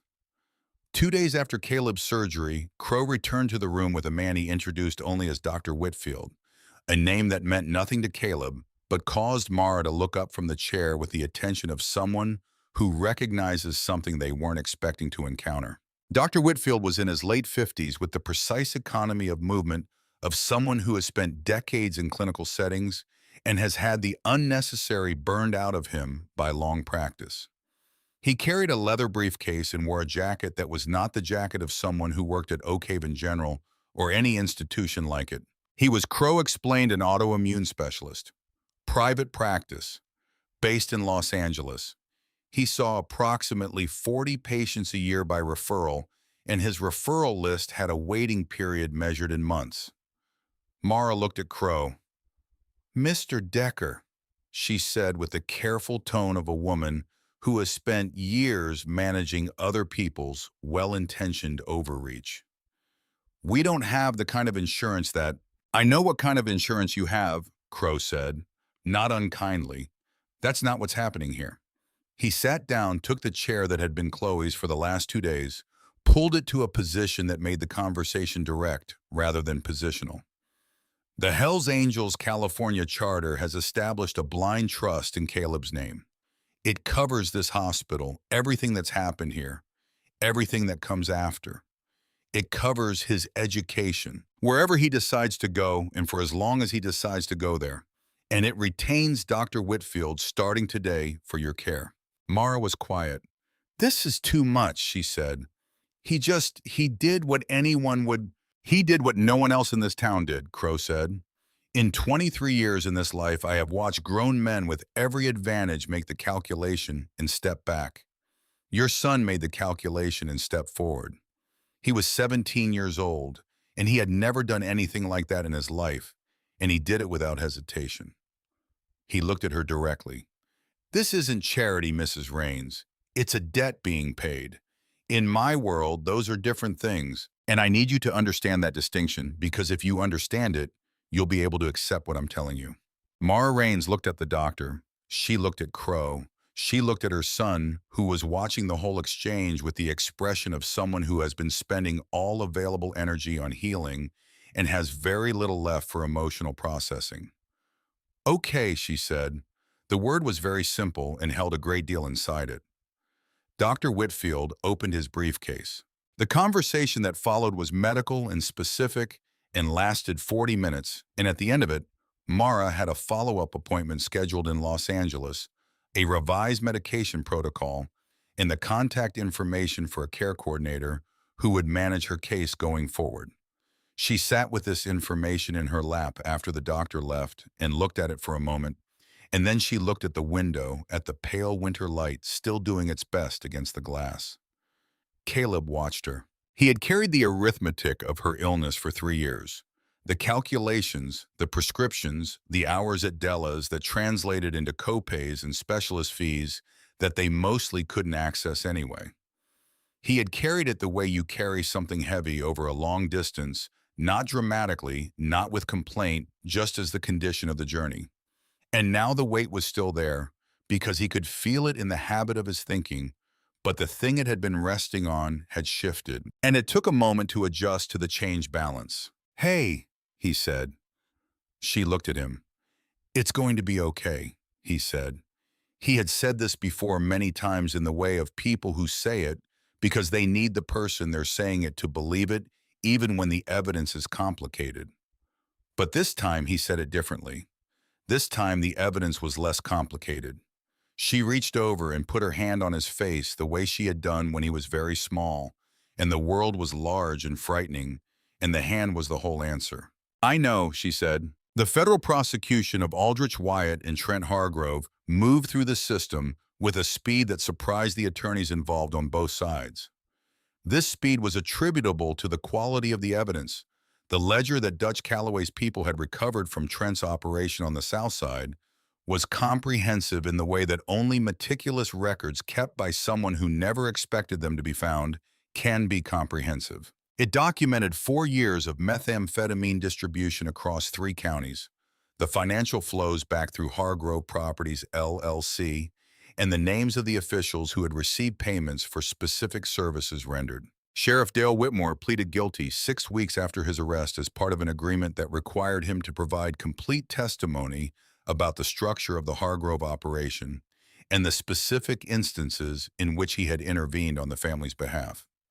Deputy Colt Marsh, whose wrist had been set and cast at a hospital 40 miles from Oak Haven, provided a separate and corroborating account. Both men received reduced sentences in exchange for cooperation that the federal prosecutors described in documents that would become public as essential to establishing the full scope of the conspiracy. The senator's office released a statement saying that the senator had been unaware of the nature of his financial relationship with the Hargrove family and was cooperating fully with investigators. The statement was followed 3 weeks later by an announcement that the senator would not seek re-election. Aldrich Hargrove's legal team mounted the most aggressive defense that the fee structure of federal criminal proceedings could accommodate, which was extremely aggressive. It did not matter. The ledger was the ledger. The shell accounts were the shell accounts. The testimony of two law enforcement officers about the specific instructions they had received from Aldrich personally was a testimony of two law enforcement officers. The U.S. Attorney's Office presented its case with the methodical confidence of people who have had 4 months to prepare and have found nothing in the evidence that required explaining away. Through all of this, Caleb Raines recovered. He recovered slowly in the way that the body recovers from significant abdominal trauma, not in a straight line, but in a pattern of better days and worse days, of incremental improvements, interrupted by setbacks that felt larger than they were because progress had recalibrated expectations. He was moved out of the ICU after 4 days into a private room on the second floor that Ghost Riker and Rat Colvin continued to patrol in 8-hour rotations, sitting in plastic chairs at the end of the hallway with the unhurried quality of men who have sat in worse places for longer. He was discharged after 3 weeks into an apartment that was not the house on Sutter Street. The house on Sutter Street had been quietly vacated on his behalf. The landlord had received a visit from Dutch Calloway that was described afterward by the landlord as a conversation about lease terms, and the result of this conversation was that the Raines family's rental agreement was terminated without penalty, and the security deposit was returned tripled in cash. The apartment Caleb and his mother moved into was on the west side of Oak Haven, in a building that had been recently renovated with heating that worked, and windows that closed properly, and a bathroom where the hot water arrived in under 90 seconds. The rent was nominal. Caleb spent his recovery reading. He had always read library books, borrowed paperbacks, anything available, but with the time imposed by convalescence and the resources that now existed where scarcity had been, he read with a different quality of attention. He read constitutional law. He read criminal procedure. He read the federal RICO statutes, which he encountered first in the news coverage of the Hargrove prosecution, and then sought out in their original form, reading the actual text with the same careful attention he brought to everything annotating in the margins with a mechanical pencil. Chloe came 3 times a week and brought books he hadn't asked for, but generally wanted selected with the instinct of someone who has been paying careful attention to what a person actually is, rather than what they present. She brought him on the 4th visit a copy of the federal indictment, a document filed as a matter of public record and therefore legally available to anyone who wanted it. She set it on the table beside his water glass without comment. He read it in 2 hours. He read it the way you read something that is simultaneously about events you experienced, in a formal legal document moving between the 2 registers with the slight vertigo of personal experience translated into the official language of consequence. He found his own name in it 3 times as a victim, as a material witness, as the individual whose assistance had been requested and received in the establishment of the evidentiary record. He found Wyatt's name throughout. He found the description of the knife, 6-inch folding blade recovered at the scene of the assault by federal agents during evidence collection, in the forensic analysis that matched it to the wound pattern. And he sat with this for a moment, not with any dramatic feeling, but with the flat, factual acknowledgement of someone reading the official version of something they already know in a different way. He put the indictment down and picked up the Zippo and opened and closed it twice. The hinge smooth and quiet, the mechanism requiring almost no effort. Then he went back to his constitutional law textbook. The Oak Haven County Courthouse had been built in 1962 and had the architecture of that era's optimism about civic institutions. Solid rectangular faced in limestone that had weathered to a warm tan with windows that were larger than strictly necessary and a wide front entrance intended to convey accessibility. It sat on the corner of Court Street and Hargrove Avenue, a street name whose irony was not lost on anyone who stood in the courthouse that day and looked out at the sign. The federal case was being tried in Sacramento, but the state charges against Wyatt Hargrove, attempted murder, aggravated assault, criminal conspiracy, were being handled in Oak Haven County with a judge who had been appointed by a governor who was not Aldrich Hargrove's governor. and a jury pool from which the various attorneys had spent 3 days selecting 12 people who had sufficient connection to the community to understand the context and insufficient connection to the Hargrove family to be compromised by it. This was harder than it sounded. Oak Haven was not a large jury pool, but it was done. The courthouse steps were covered with people on the morning the trial began. Not a crowd in the sense of any organized assembly, but the accumulation of individuals who had decided that being present for this proceeding was worth the morning. The diner workers, the teachers from Oak Haven High who had known Caleb by reputation, if not personally. The residents of the South Side neighborhoods who had lived for 2 decades with the knowledge that the law in their town was administered with a finger on the scale, and who had come to see what it looked like when the scale was temporarily level. The bikers did not attend. This was deliberate. Crow had made clear in the weeks following the federal arrests that the club's visible presence in Oak Haven would scale back to something below the threshold of ongoing federal attention. The occupation of the hospital parking lot had served its purpose. The message had been sent and received. Maintaining a paramilitary presence around a federal criminal proceeding would be a different kind of message, one that served no one. Ghost Riker and Rat Colvin attended in civilian clothes, jeans, and work jackets. Nothing that identified affiliation, and sat in the public gallery and watched the proceedings with the patient attention of men who take their responsibilities seriously, regardless of the dress code. Caleb entered the courthouse through the main entrance at 8:45 in the morning.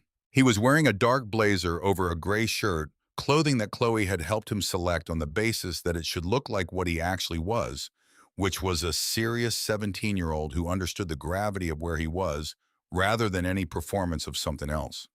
The surgical staples had been removed 3 weeks prior, and the scar they left was healed, though it pulled when he breathed deeply, a permanent reminder written into the tissue of his left side. He moved without favoring it because he had learned that favoring it made people ask questions, and he had enough to pay attention to without managing other people's concern. Mara walked beside him. She was wearing a coat he hadn't seen before, something that Dr. Whitfield's care coordinator had arranged, a coat that fit properly and was warm enough for the December morning, and she wore it with the dignity of a woman who has not always had the things that fit properly and is not going to waste the experience by being self-conscious about it. He found the witness waiting area and sat in it for an hour and 40 minutes while the morning's preliminary proceedings were completed, while the jury was seated and the judge reviewed scheduling matters, and the defense attorney made a series of motions that were denied with the brisk efficiency of a court that has already heard these arguments in preliminary hearings and has its positions established. Then the bailiff opened the door and said his name. The courtroom was smaller than courtrooms in films and television, which was Caleb's primary reference point for courtrooms. The ceiling was lower, the wood was darker and more worn. The gallery benches were the kind that offered function without comfort, and they were full. He walked to the witness stand and sat down, and the bailiff administered the oath, and he said the words. And then he was there, just there in the chair, with the courtroom arranged around him and 12 people in the jury box looking at him with the careful attention that jurors bring to the first witness of significant weight. He found a point of focus, a spot on the back wall above the jury box, and let everything else organize itself into peripheral. The prosecutor was Assistant U.S. Attorney Clara Voss, on loan to the state proceeding, given the overlap with the federal case, who had the quality of someone who has done this a very large number of times and finds the work genuinely important. She asked her questions with the clarity of someone who respects the jury enough to not over-explain, and Caleb answered them with the same economy. He described Oak Haven. He described Della's. He described the Tuesday evenings in the corner booth, in the coffee and the pie, without editorializing in the flat factual language of someone who understands that plain truth presented plainly does its own work. He described the 3 Tuesday evenings when he had noticed Trent Hargrove's truck across the street. He described the bonfire at the reservoir with the same flatness, the fire, the trucks arriving, the crowd going quiet. The sequence of events that followed, and he described it without drama, because the events themselves were dramatic enough, and adding performance to them would have diluted rather than enhanced their weight. He described Wyatt Hargrove pulling the knife. He described where the knife was aimed. He described what he did. The courtroom was very quiet throughout all of this. Not the performative quiet of a space being careful, the genuine quiet of people who are listening. The defense attorney was a man from a Sacramento firm whose suits cost more than Caleb's monthly income at Della's, and who had spent 30 years defending people whose legal situations required expensive and skilled representation. He was not incompetent. He was in fact quite good at his work, and what he tried to do to Caleb on cross-examination was done with the precision of someone who has identified the available angles and is pursuing the best one. He tried to establish that Caleb had been the aggressor. He asked about the piece of firewood. He asked about the blow to Trent's head. He suggested through the architecture of his questions, rather than any direct statement, that Caleb had initiated the escalation that resulted in the knife being drawn, that what appeared to be a defense was actually a provocation, that Wyatt's use of the weapon was a response rather than an initiation. He asked these questions with confidence and professional courtesy, and Caleb let him finish each one before answering in the manner of someone who is not in a hurry. When the line of questioning had run its full course, Caleb looked at the jury. He looked at them directly, not at the attorney, not at the judge, at the 12 people in the box whose job it was to understand what had happened on that road in November. He had a 16-year-old girl by the wrist, Caleb said. His voice was quiet and even and carried without effort. He was dragging her toward a truck. Wyatt was blocking her escape. When I got between them and Trent hit the ground, Wyatt pulled a 6-inch blade. He wasn't coming at me with it. He was moving toward her. He paused for exactly one beat. She was 16 years old, and he was going to put that knife in her. I put myself in the way. I would do it again tomorrow. The defense attorney looked at him for a moment. He made the calculation that the moment made available to him. He said no further questions and sat down.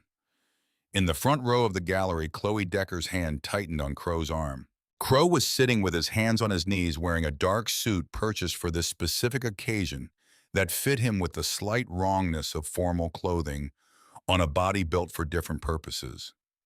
He was not looking at the courtroom. He was looking at Caleb on the witness stand, not the look from the asphalt, not the look from the hospital. Something that didn't have a name in the vocabulary of the life Clayton Decker had lived, but that both of them understood anyway. The jury deliberated for 4 hours. The verdicts were delivered on a Thursday afternoon in December, with the light coming through the courthouse windows at the low angle of the season, lying in long, pale rectangles across the gallery floor. The foreperson was a woman who ran a feed supply business on the south side of the tracks, who read the verdicts in a clear, steady voice that suggested she had thought about this very carefully and was at peace with the conclusion. Wyatt Hargrove, guilty on all counts. Attempted murder, aggravated assault, criminal conspiracy. The judge sentenced him 2 weeks later to 15 years in the California State Correctional System without the possibility of parole. Wyatt received this information with the stillness of someone whose body has temporarily disconnected from what is being said to it, and then something came undone in his posture, not dramatically but completely, and he put his face in his hands. Trent Hargrove, tried separately on the assault and conspiracy charges, received 10 years in the federal system. Aldrich Hargrove's federal sentencing in Sacramento came 3 months after the state proceeding. 25 years. RICO. Money laundering. Conspiracy to obstruct justice. The estate on the North Ridge was seized as a criminal asset. The holding companies were unwound. The properties were frozen pending forfeiture proceedings that the U.S. Attorney's Office described in a press statement as the most comprehensive dismantling of a local corruption network in the Northern California district in the past decade. The photograph above the fireplace, the family at the beach, somewhere expensive, was cataloged as property of the United States government, along with everything else in the house. Caleb was not in Sacramento for Aldrich's sentencing. He was at Della's because he had gone back to work 6 weeks after his discharge. Gone back. Not because the blind trust required him to, and not because his family needed the money anymore, but because Della was short-staffed, and because the familiarity of the fryer and the sticky vinyl booths and the coffee that was too strong was he found something he wanted rather than something he endured. He worked 2 shifts a week now instead of 4, and he spent the rest of the time studying for the spring SAT and reading the stack of pre-law texts that had started accumulating on the table in the new apartment. He was closing up on a Thursday evening when his phone showed him the news alert about Aldrich Hargrove's sentence. He read it standing at the counter with a dish towel in his hand, the diner empty around him, the fryer cooling and clicking in the kitchen. He read it twice. Then he set the phone down and finished wiping the counter. Corcoran State Prison sat 40 miles east of Oakhaven in a landscape chosen presumably for its remoteness from anything a person might want to be near. High desert rimmed by mountains that kept the heat in during summer and the cold in during winter. Accessible by a 2-lane state road that passed through nothing on either side for 12 miles before the facility appeared concrete and razor wire and watchtowers, the architecture of permanent consequence. Wyatt Hargrove arrived on a Tuesday morning in February, transported in a state correctional van with 4 other incoming inmates, none of whom he had any interest in engaging with. He had spent the intervening weeks between sentencing and transfer in county holding, which had been its own education in the ways that institutional environments operate, and he had come through it with the understanding that the things that had defined his life before money name, the network of deference that the Hargrove family had maintained, were not transferable currencies. He understood arriving at Corcoran that he needed protection. He had been told by a fellow inmate in county holding, who seemed to know things that certain groups maintained a presence at Corcoran, and that affiliation translated into safety. He had spent the transfer considering how to initiate this conversation, what he had to offer, which was primarily access to offshore accounts that still contained funds the federal asset forfeiture proceedings hadn't located. He walked onto the level 4 yard for the first time at 9 in the morning. The yard was large and sun-bleached, the concrete reflecting the high desert light with a ferocity that made him squint. Men occupied the space in the geography of prison yards, clusters defined by affiliation, the invisible territorial lines that everyone present understood and newcomers learned quickly. He looked for the right cluster and began moving toward it. He noticed after a moment that the yard had gone quiet. Not silent, the ambient sounds of a large enclosed space full of men continued. But the quality of the noise changed the way it changes in any room when attention shifts collectively in one direction. He noticed this and couldn't immediately locate its cause, and then he noticed that the groups he was moving toward were not looking at him. They were looking away from him, all of them. The shot callers, the men whose positioning and posture identified them as such, had turned. Not dramatically, not in any coordinated, visible way. Simply each of them had found something to look at that was not Wyatt Hargrove. He moved past the first group, and the men in it kept their eyes on their cards on the ground on each other. He moved past the second group, and the same thing happened. He stopped moving. He stood in the middle of the yard with the sun on his face, and the silence that was not silence pressing in from every direction, and the cold that settled into him was not from the desert morning. A shadow fell across the concrete in front of him. He turned around. The man behind him was built in a way that suggested the body had been constructed for an application more demanding than ordinary human life, wide and low and dense, with the musculature of someone who has spent years in environments where physical capability is the primary currency and has invested accordingly. His face and neck were covered in the layered tattooing of long institutional life, and his eyes had the quality of eyes that have made a permanent peace with the absence of certain things. In the yard, he was known as Slider, a name he'd carried for 12 years at Corcoran, earned in circumstances nobody discussed out loud. He was the Hells Angels sergeant-at-arms inside the walls, which meant that his authority extended to and through every affiliated inmate in the facility, and that his relationships with the shot callers of every other major group in the yard were the relationships of a man who has been there long enough to be a fixed feature of the institutional landscape. Like a weight bench or a watchtower, immovable and always present. He looked at Wyatt Hargrove with an expression that was not angry and not threatening in any theatrical sense, which was what made it so much harder to receive. "Hargrove," he said. Wyatt's throat worked. "Look, I have money, accounts they didn't find. I can make arrangements, whatever you need." Slider hit him. Not with his fist, with the back of his open hand, the casual, almost bored gesture of someone swatting away something minor. The force behind it was not casual. It snapped Wyatt's head to the side and dropped him to the concrete with a violence that was all the more disorienting for the lack of drama that had preceded it. And Wyatt sat on the burning asphalt with his ears ringing and his vision strobing and tasted the blood from where his teeth had met the inside of his cheek. He scrambled backward on instinct. Nobody in the yard moved. Slider crouched down.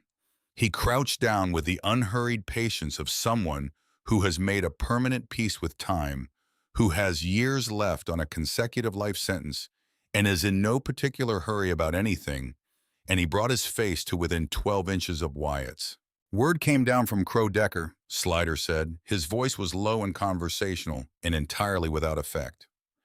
"You put a blade in a kid who was wearing our protection. You put that blade in him trying to get to Crow's daughter." He let this sit in the air for a moment. "You know what we don't do. We don't give people clean endings. Murder is a gift, a release. You don't get gifts." "Please." Wyatt could hear his own voice. It sounded like something he'd never heard from himself before, the voice of someone with nothing left to put between himself and what was true. "Please tell them I'm sorry. I'll pay." "Sorry doesn't close a stab wound," Slider said. He stood up. He looked around the yard at the hundreds of men who were watching without appearing to watch, the yard's entire population oriented toward this moment with the peripheral attention of long institutional experience. "We're not going to hurt you today," Slider said. He said it without mercy and without pleasure, with the flat, factual tone of someone delivering information. "We're not going to hurt you tomorrow. We might not hurt you for a year." He looked back down at Wyatt. "But you're going to wonder. Every night in your cell, you're going to wonder if tonight is the night. Every time you walk onto this yard, you're going to wonder if the man behind you has something sharp. Every time someone sits near you at a meal, you're going to do the math." He put his hands in his pockets. "We own your breath, son. We own your sleep. That's your sentence inside your sentence. Welcome to it." He turned and walked away. The yard went back to its business. Wyatt Hargrove sat on the burning concrete in the February sun and looked at the razor wire on top of the wall and understood with a precision that 21 years of insulation from consequence had not prepared him for what it meant to be entirely alone. 4 years moved through Oak Haven the way time moves through places that have been fundamentally altered, not slowly and not quickly, but with the weight of time that is also transformation. Each month different in some way from the one before it. The accumulation of small changes eventually becoming a different world than the one you started in. The diner on Route 9 was under new ownership. Della had retired and sold it to a family from Reading who had repainted the exterior and replaced the fryer element and kept the menu mostly the same because the menu worked. Main Street had 3 new businesses where the empty storefronts had been, none of them glamorous, all of them functional, the kind of businesses that open when a town's economic anxiety decreases enough for someone to take a modest risk. The North Ridge still had the Hargrove estate on it, or what remained of it. The house was under federal management pending final disposition of the asset forfeiture proceedings, which were complex enough to take several years, and it sat behind its iron gates with the appearance of large properties that are maintained without being inhabited, kept up, but not lived in, a monument to something that had ended. Mara Raines was doing something she had not done in 6 years. She was well. Not in remission exactly. Dr. Whitfield was careful about that word, careful about expectations. But the combination of the revised medication protocol and the treatment plan he had developed over 18 months of quarterly visits had produced results that the previous treatment approach, constrained by what their insurance would cover, had never approached. She walked without the careful, budgeted movement of someone managing pain. She had color in her face. She had started volunteering at the Oak Haven Public Library on Tuesday and Thursday mornings, helping with a reading program for elementary school students, and she approached this with the energy of someone who has been given back something they had stopped expecting to get. Caleb Raines was 21 years old. He was in his 3rd year at the University of California's pre-law program in Sacramento living in an apartment near campus that was small and that he kept with the same tidiness he'd maintained in the house on Sutter Street, because the habit of managing limited space efficiently had never left him even when the space expanded. He was studying constitutional law and criminal procedure and federal practice and evidence, and his professors had noted, in the way that professors note things about students who are going to be doing something specific with what they're learning, that he had a quality of attention in the classroom that was less common than it should be, the attention of someone who understands that the material is not abstract. He drove back to Oak Haven on weekends. The motorcycle he drove was a 1998 Harley-Davidson Dynaglide in the flat black and chrome that was its original configuration, restored to a condition that exceeded what it had been when it left the factory. It had appeared in his driveway on the morning of his 18th birthday with the keys in the ignition and a note on the tank that said nothing except his name. He had never asked where it came from. The question had seemed beside the point. He was at the gas station on Highway 9, the desolate one, 8 miles east of town, the one with the flickering fluorescent canopy and the pump that required you to run the card twice because the reader was calibrated wrong on a Friday night in early spring. He had stopped for fuel on the drive back from Sacramento, the desert air cold, and smelling of sage and the distant possibility of rain. He was reaching for the pump when something registered. It was not a sound. It was the absence of a sound. A quality of the space behind him that was different from what it had been when he stopped a change in the ambient texture of the lot that his body processed before his mind formulated it as information. He had been like this for 4 years. The observation, the attention to ambient details, the pattern recognition that had always been his primary mode of navigating the world. All of it was still there, still operating, but sharpened now by the things that had happened to him and by the things he'd learned since the two sets of knowledge combining into something more precise than either alone. He didn't turn around immediately. He looked at the reflective surface of the gas pump's digital display. The figure behind him was gaunt, the leanness of someone whose body has been operating on insufficient resources for an extended period, the thinness that follows long-term methamphetamine use. He was wearing a coat that was too large and moving with a slightly off-tempo quality of impaired motor coordination. His right hand was not visible, buried in the coat pocket, and the shape it made there was not the shape of a hand alone. Caleb set the pump nozzle back in its cradle. "Turn around, Mitchell." The voice behind him was rough and unsteady, the voice of someone running on adrenaline and desperation in approximately equal measure. "Turn around right now." Caleb turned around. Mickey Draven was 34 years old and looked 50. He had been a low-level enforcer for the Hargrove operation, not one of the principals. Not anyone with organizational significance, but part of the outer ring of the network that had collapsed when the federal warrants came down. He had been out of town during the raids and had come back to find that the ecosystem that had supported him had been removed from the world. And he had spent the intervening 4 years in the slow dissolution that follows when the structure you've built your life around is dismantled, the dissolution accelerated by the substances that had always been available in that ecosystem, and that he had found other ways to obtain. He had been thinking about Caleb Raines for a long time.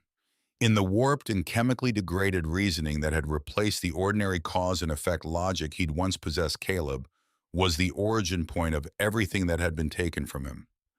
The kid had gotten involved. The kid had opened his mouth. The kid had testified, and the testimony had contributed to the convictions, and the convictions had ended the world that Mickey Draven had known. He held the snub-nosed revolver in a grip that was not entirely steady and pointed it at the center of Caleb's chest, with the unfocused ferocity of someone who has been building toward this moment for months and has arrived at it without fully thinking through what comes next. "You took everything from me," Draven said. "You understand that you open your mouth and they took everything." Caleb looked at the gun. He looked at it with the flat, assessing attention he brought to things, noting the tremor in the grip, noting the dilation of Draven's eyes, noting the quality of desperation in the man's face that spoke of someone who had made a decision without fully inhabiting its consequences. He felt the spike of adrenaline that the body produces in the presence of a loaded weapon, the ancient and appropriate physiological response to immediate mortal threat. He did not feel paralyzed. He was 17 years old when he had stepped between a knife and a girl he cared about on a reservoir road in November. He was 21 now, and the knife had become a gun, and the road had become a gas station. And the thing he had learned in the intervening years was that fear and action were not mutually exclusive, that you could be afraid and still move, still think, still be exactly what the moment required. He reached slowly into his left jacket pocket. Draven's grip tightened. "Hands, let me see your—" "I'm not armed," Caleb said. His voice was even. "I'm reaching for something you should see." His hand came out holding the Zippo. He held it between his thumb and forefinger where Draven could see it clearly. The silver body, the engraving on the side, the winged death's head that anyone who had spent any time in the orbit of the Hells Angels California chapter could identify at 20 feet in poor lighting. He flipped the lid open with his thumbnail. The hinge made its small, clean sound. He struck the flint. The flame appeared yellow and steady in the still desert air, illuminating his face from below, making the features look different from how they looked in ordinary light. "You've been out of the loop for a while, Mickey," Caleb said, quietly. "So let me bring you current on something. If you pull that trigger, my heart stops. That's the outcome you've planned for." He looked at Draven over the flame. "But what you haven't planned for is what happens in the next 4 seconds after that. Not to me, to you." Draven's face moved through several expressions without settling on one. "Shut up," he said.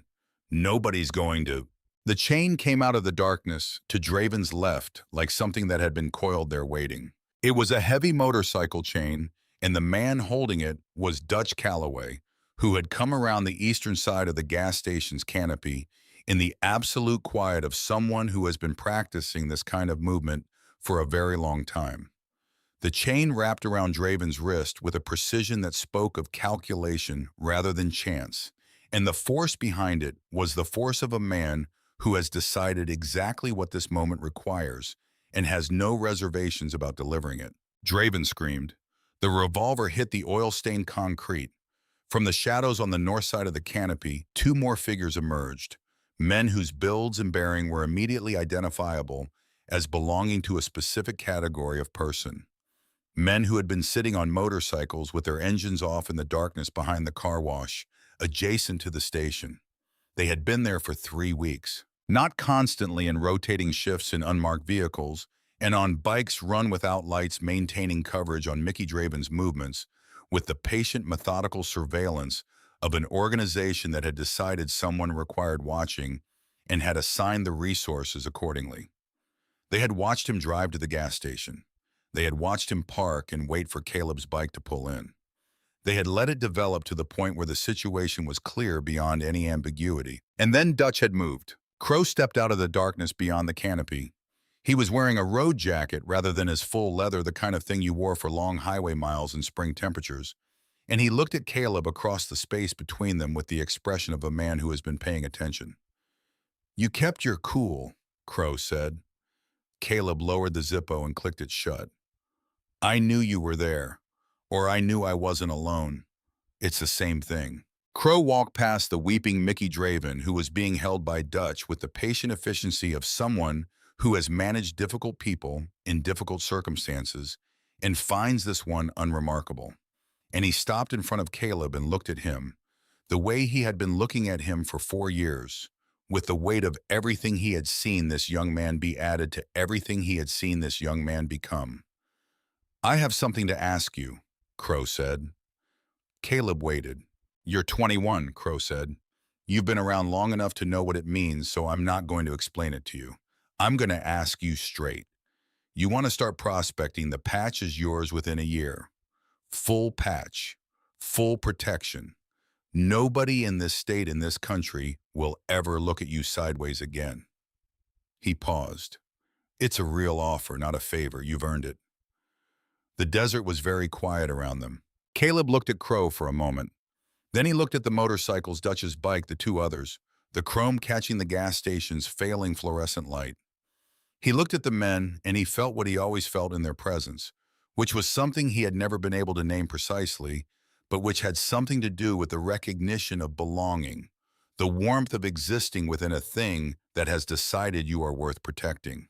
Then he looked at the law book strapped to the back of his Dynaglide in the bungee-corded canvas bag he used for the highway run between Sacramento and Oak Haven. "I appreciate that," Caleb said. He said it with the directness that Crow had always responded to the directness that didn't dress itself up or apologize for its plainness. "More than I can say, and I'm going to decline." Crow's expression didn't change. "You've got enough muscle," Caleb said. "You've got enough presence. You've got enough people who know how to handle the Mickey Dravens of the world in parking lots at night." He looked at Crow steadily. "What you don't have, what you have never had, is somebody in a tailored suit in a federal courtroom who knows how to read a RICO statute and find the 7 things the prosecution got wrong and make those 7 things the only things the jury remembers." He paused. "I'm going to be that. I've been studying to be that for 4 years. And when I'm done studying, I'm going to be very good at it." The silence stretched. Crow looked at him. It was something Caleb had never seen on Crow's face before. Not the assessment, not the calculation, not the patience that had characterized every significant moment between them. Something that didn't have a name in the vocabulary of the life Clayton Decker had lived, but that both of them understood anyway. Crow laughed. It was a deep sound, full and unguarded, the laugh of someone who has encountered something that genuinely delights them, and it went out across the empty highway and into the desert darkness, and said what it said without needing any translation. He reached out and put his hand on Caleb's shoulder, his right hand heavy and certain, the hand that had held pressure on a wound in a dark clearing 4 years ago, and had placed a Zippo lighter on a hospital bedside table, and had done in the intervening years the patient invisible work of keeping one young man alive long enough to become what he was becoming. "A lawyer," Crow said. The word came out with something in it that was not mockery and was not entirely pride, and was precisely the intersection of the two. "That is the smartest thing anyone has said to me in 20 years. Dutch handed Mickey Draven to the 2 other men with the businesslike quality of someone completing a task, and Dutch walked over and leaned against Caleb's bike and crossed his arms and looked at the sky, which was full of stars out here. The same stars that had been visible from the Reservoir Road 4 years ago. The ones you only saw when you were far enough from the ordinary light to let your eyes adjust to the dark. "The federal case," Crow said, his voice returning to its normal register. "There's an appeal motion coming. Wyatt's attorney filed a habeas petition. Something about the chain of evidence with the ledger." "It won't work," Caleb said. "The ledger's admissible. The chain of custody is documented from our end, and the prosecution's end is clean. But send me the filing when you get it." Crow looked at him. "I'll look at it over the weekend," Caleb said. A sound came from the highway, a single engine approaching from the direction of Oak Haven, moving at the easy speed of someone riding for enjoyment rather than urgency. Headlight coming through the darkness, the sound of a Sportster engine lighter, and higher than the Dyna's deep note. Chloe pulled into the gas station and killed the engine and sat on the bike for a moment, looking at the assembled group with the expression of someone who has arrived in the middle of something and is making a rapid assessment of how it resolved. She looked at Dutch. She looked at the 2 men leading Mickey Draven toward a van that had appeared from somewhere. She looked at Crow. She looked at Caleb. "You're okay," she said. "I'm okay," Caleb said. She reached into the pocket of her jacket and produced his phone, which he had left on the kitchen table of the Oak Haven apartment. He kept a few things there, still kept the connection to the town in the small, practical ways that were easier than examining why. "You left this. I was coming to bring it. And then I got the text from Dutch." She looked at her father. "You couldn't have just called me." "Didn't want to worry you," Crow said. "I drove 90 on a 2-lane in the dark, slightly worried." The men with Mickey Draven put him in the van. The van would deliver him in approximately 2 hours to the county line, where an arrangement had been made with a federal contact regarding a warrant that had been outstanding on Draven for 18 months. He would spend the next several years in a facility considerably less severe than Corcoran, and he would not, when released, return to Oak Haven because the geography of his life had been permanently adjusted. Crow mounted his bike. Dutch mounted his. The other two men came back from the van and mounted theirs, and for a moment the four bikes idled together at the edge of the gas station canopy, with the sound that Caleb had heard for the first time, with his face against cold asphalt 4 years ago. That sound that was below speech and above noise, that you felt in your sternum before your ears resolved it. Crow looked at Caleb one more time. He didn't say anything. He didn't need to. He pulled out of the lot and onto the highway, and Dutch followed, and the other two followed, and the sound of the four engines moved away into the desert night until it was just a vibration in the air, and then it was gone. Caleb stood at the pump. He finished putting fuel in the dyna, the numbers on the display turning over in the quiet. He put the nozzle back, he took the receipt. He stood for a moment with the receipt in his hand and looked at the highway going east and west. East toward the mountains, west toward Sacramento, and the apartment near campus, and the stack of case law on the kitchen table west toward the future he had been building in the only way he knew how, which was carefully and without complaint and with the full attention of someone who understands that the work is the work and there are no shortcuts worth taking. Chloe was watching him from her bike. "Ready," she said. He put the receipt in his jacket pocket. He put his hand on the Dyna's tank for a moment, the metal warm from the engine solid and real under his palm. He thought about a Tuesday evening 4 years ago. A corner booth, a cup of coffee, set down without ceremony.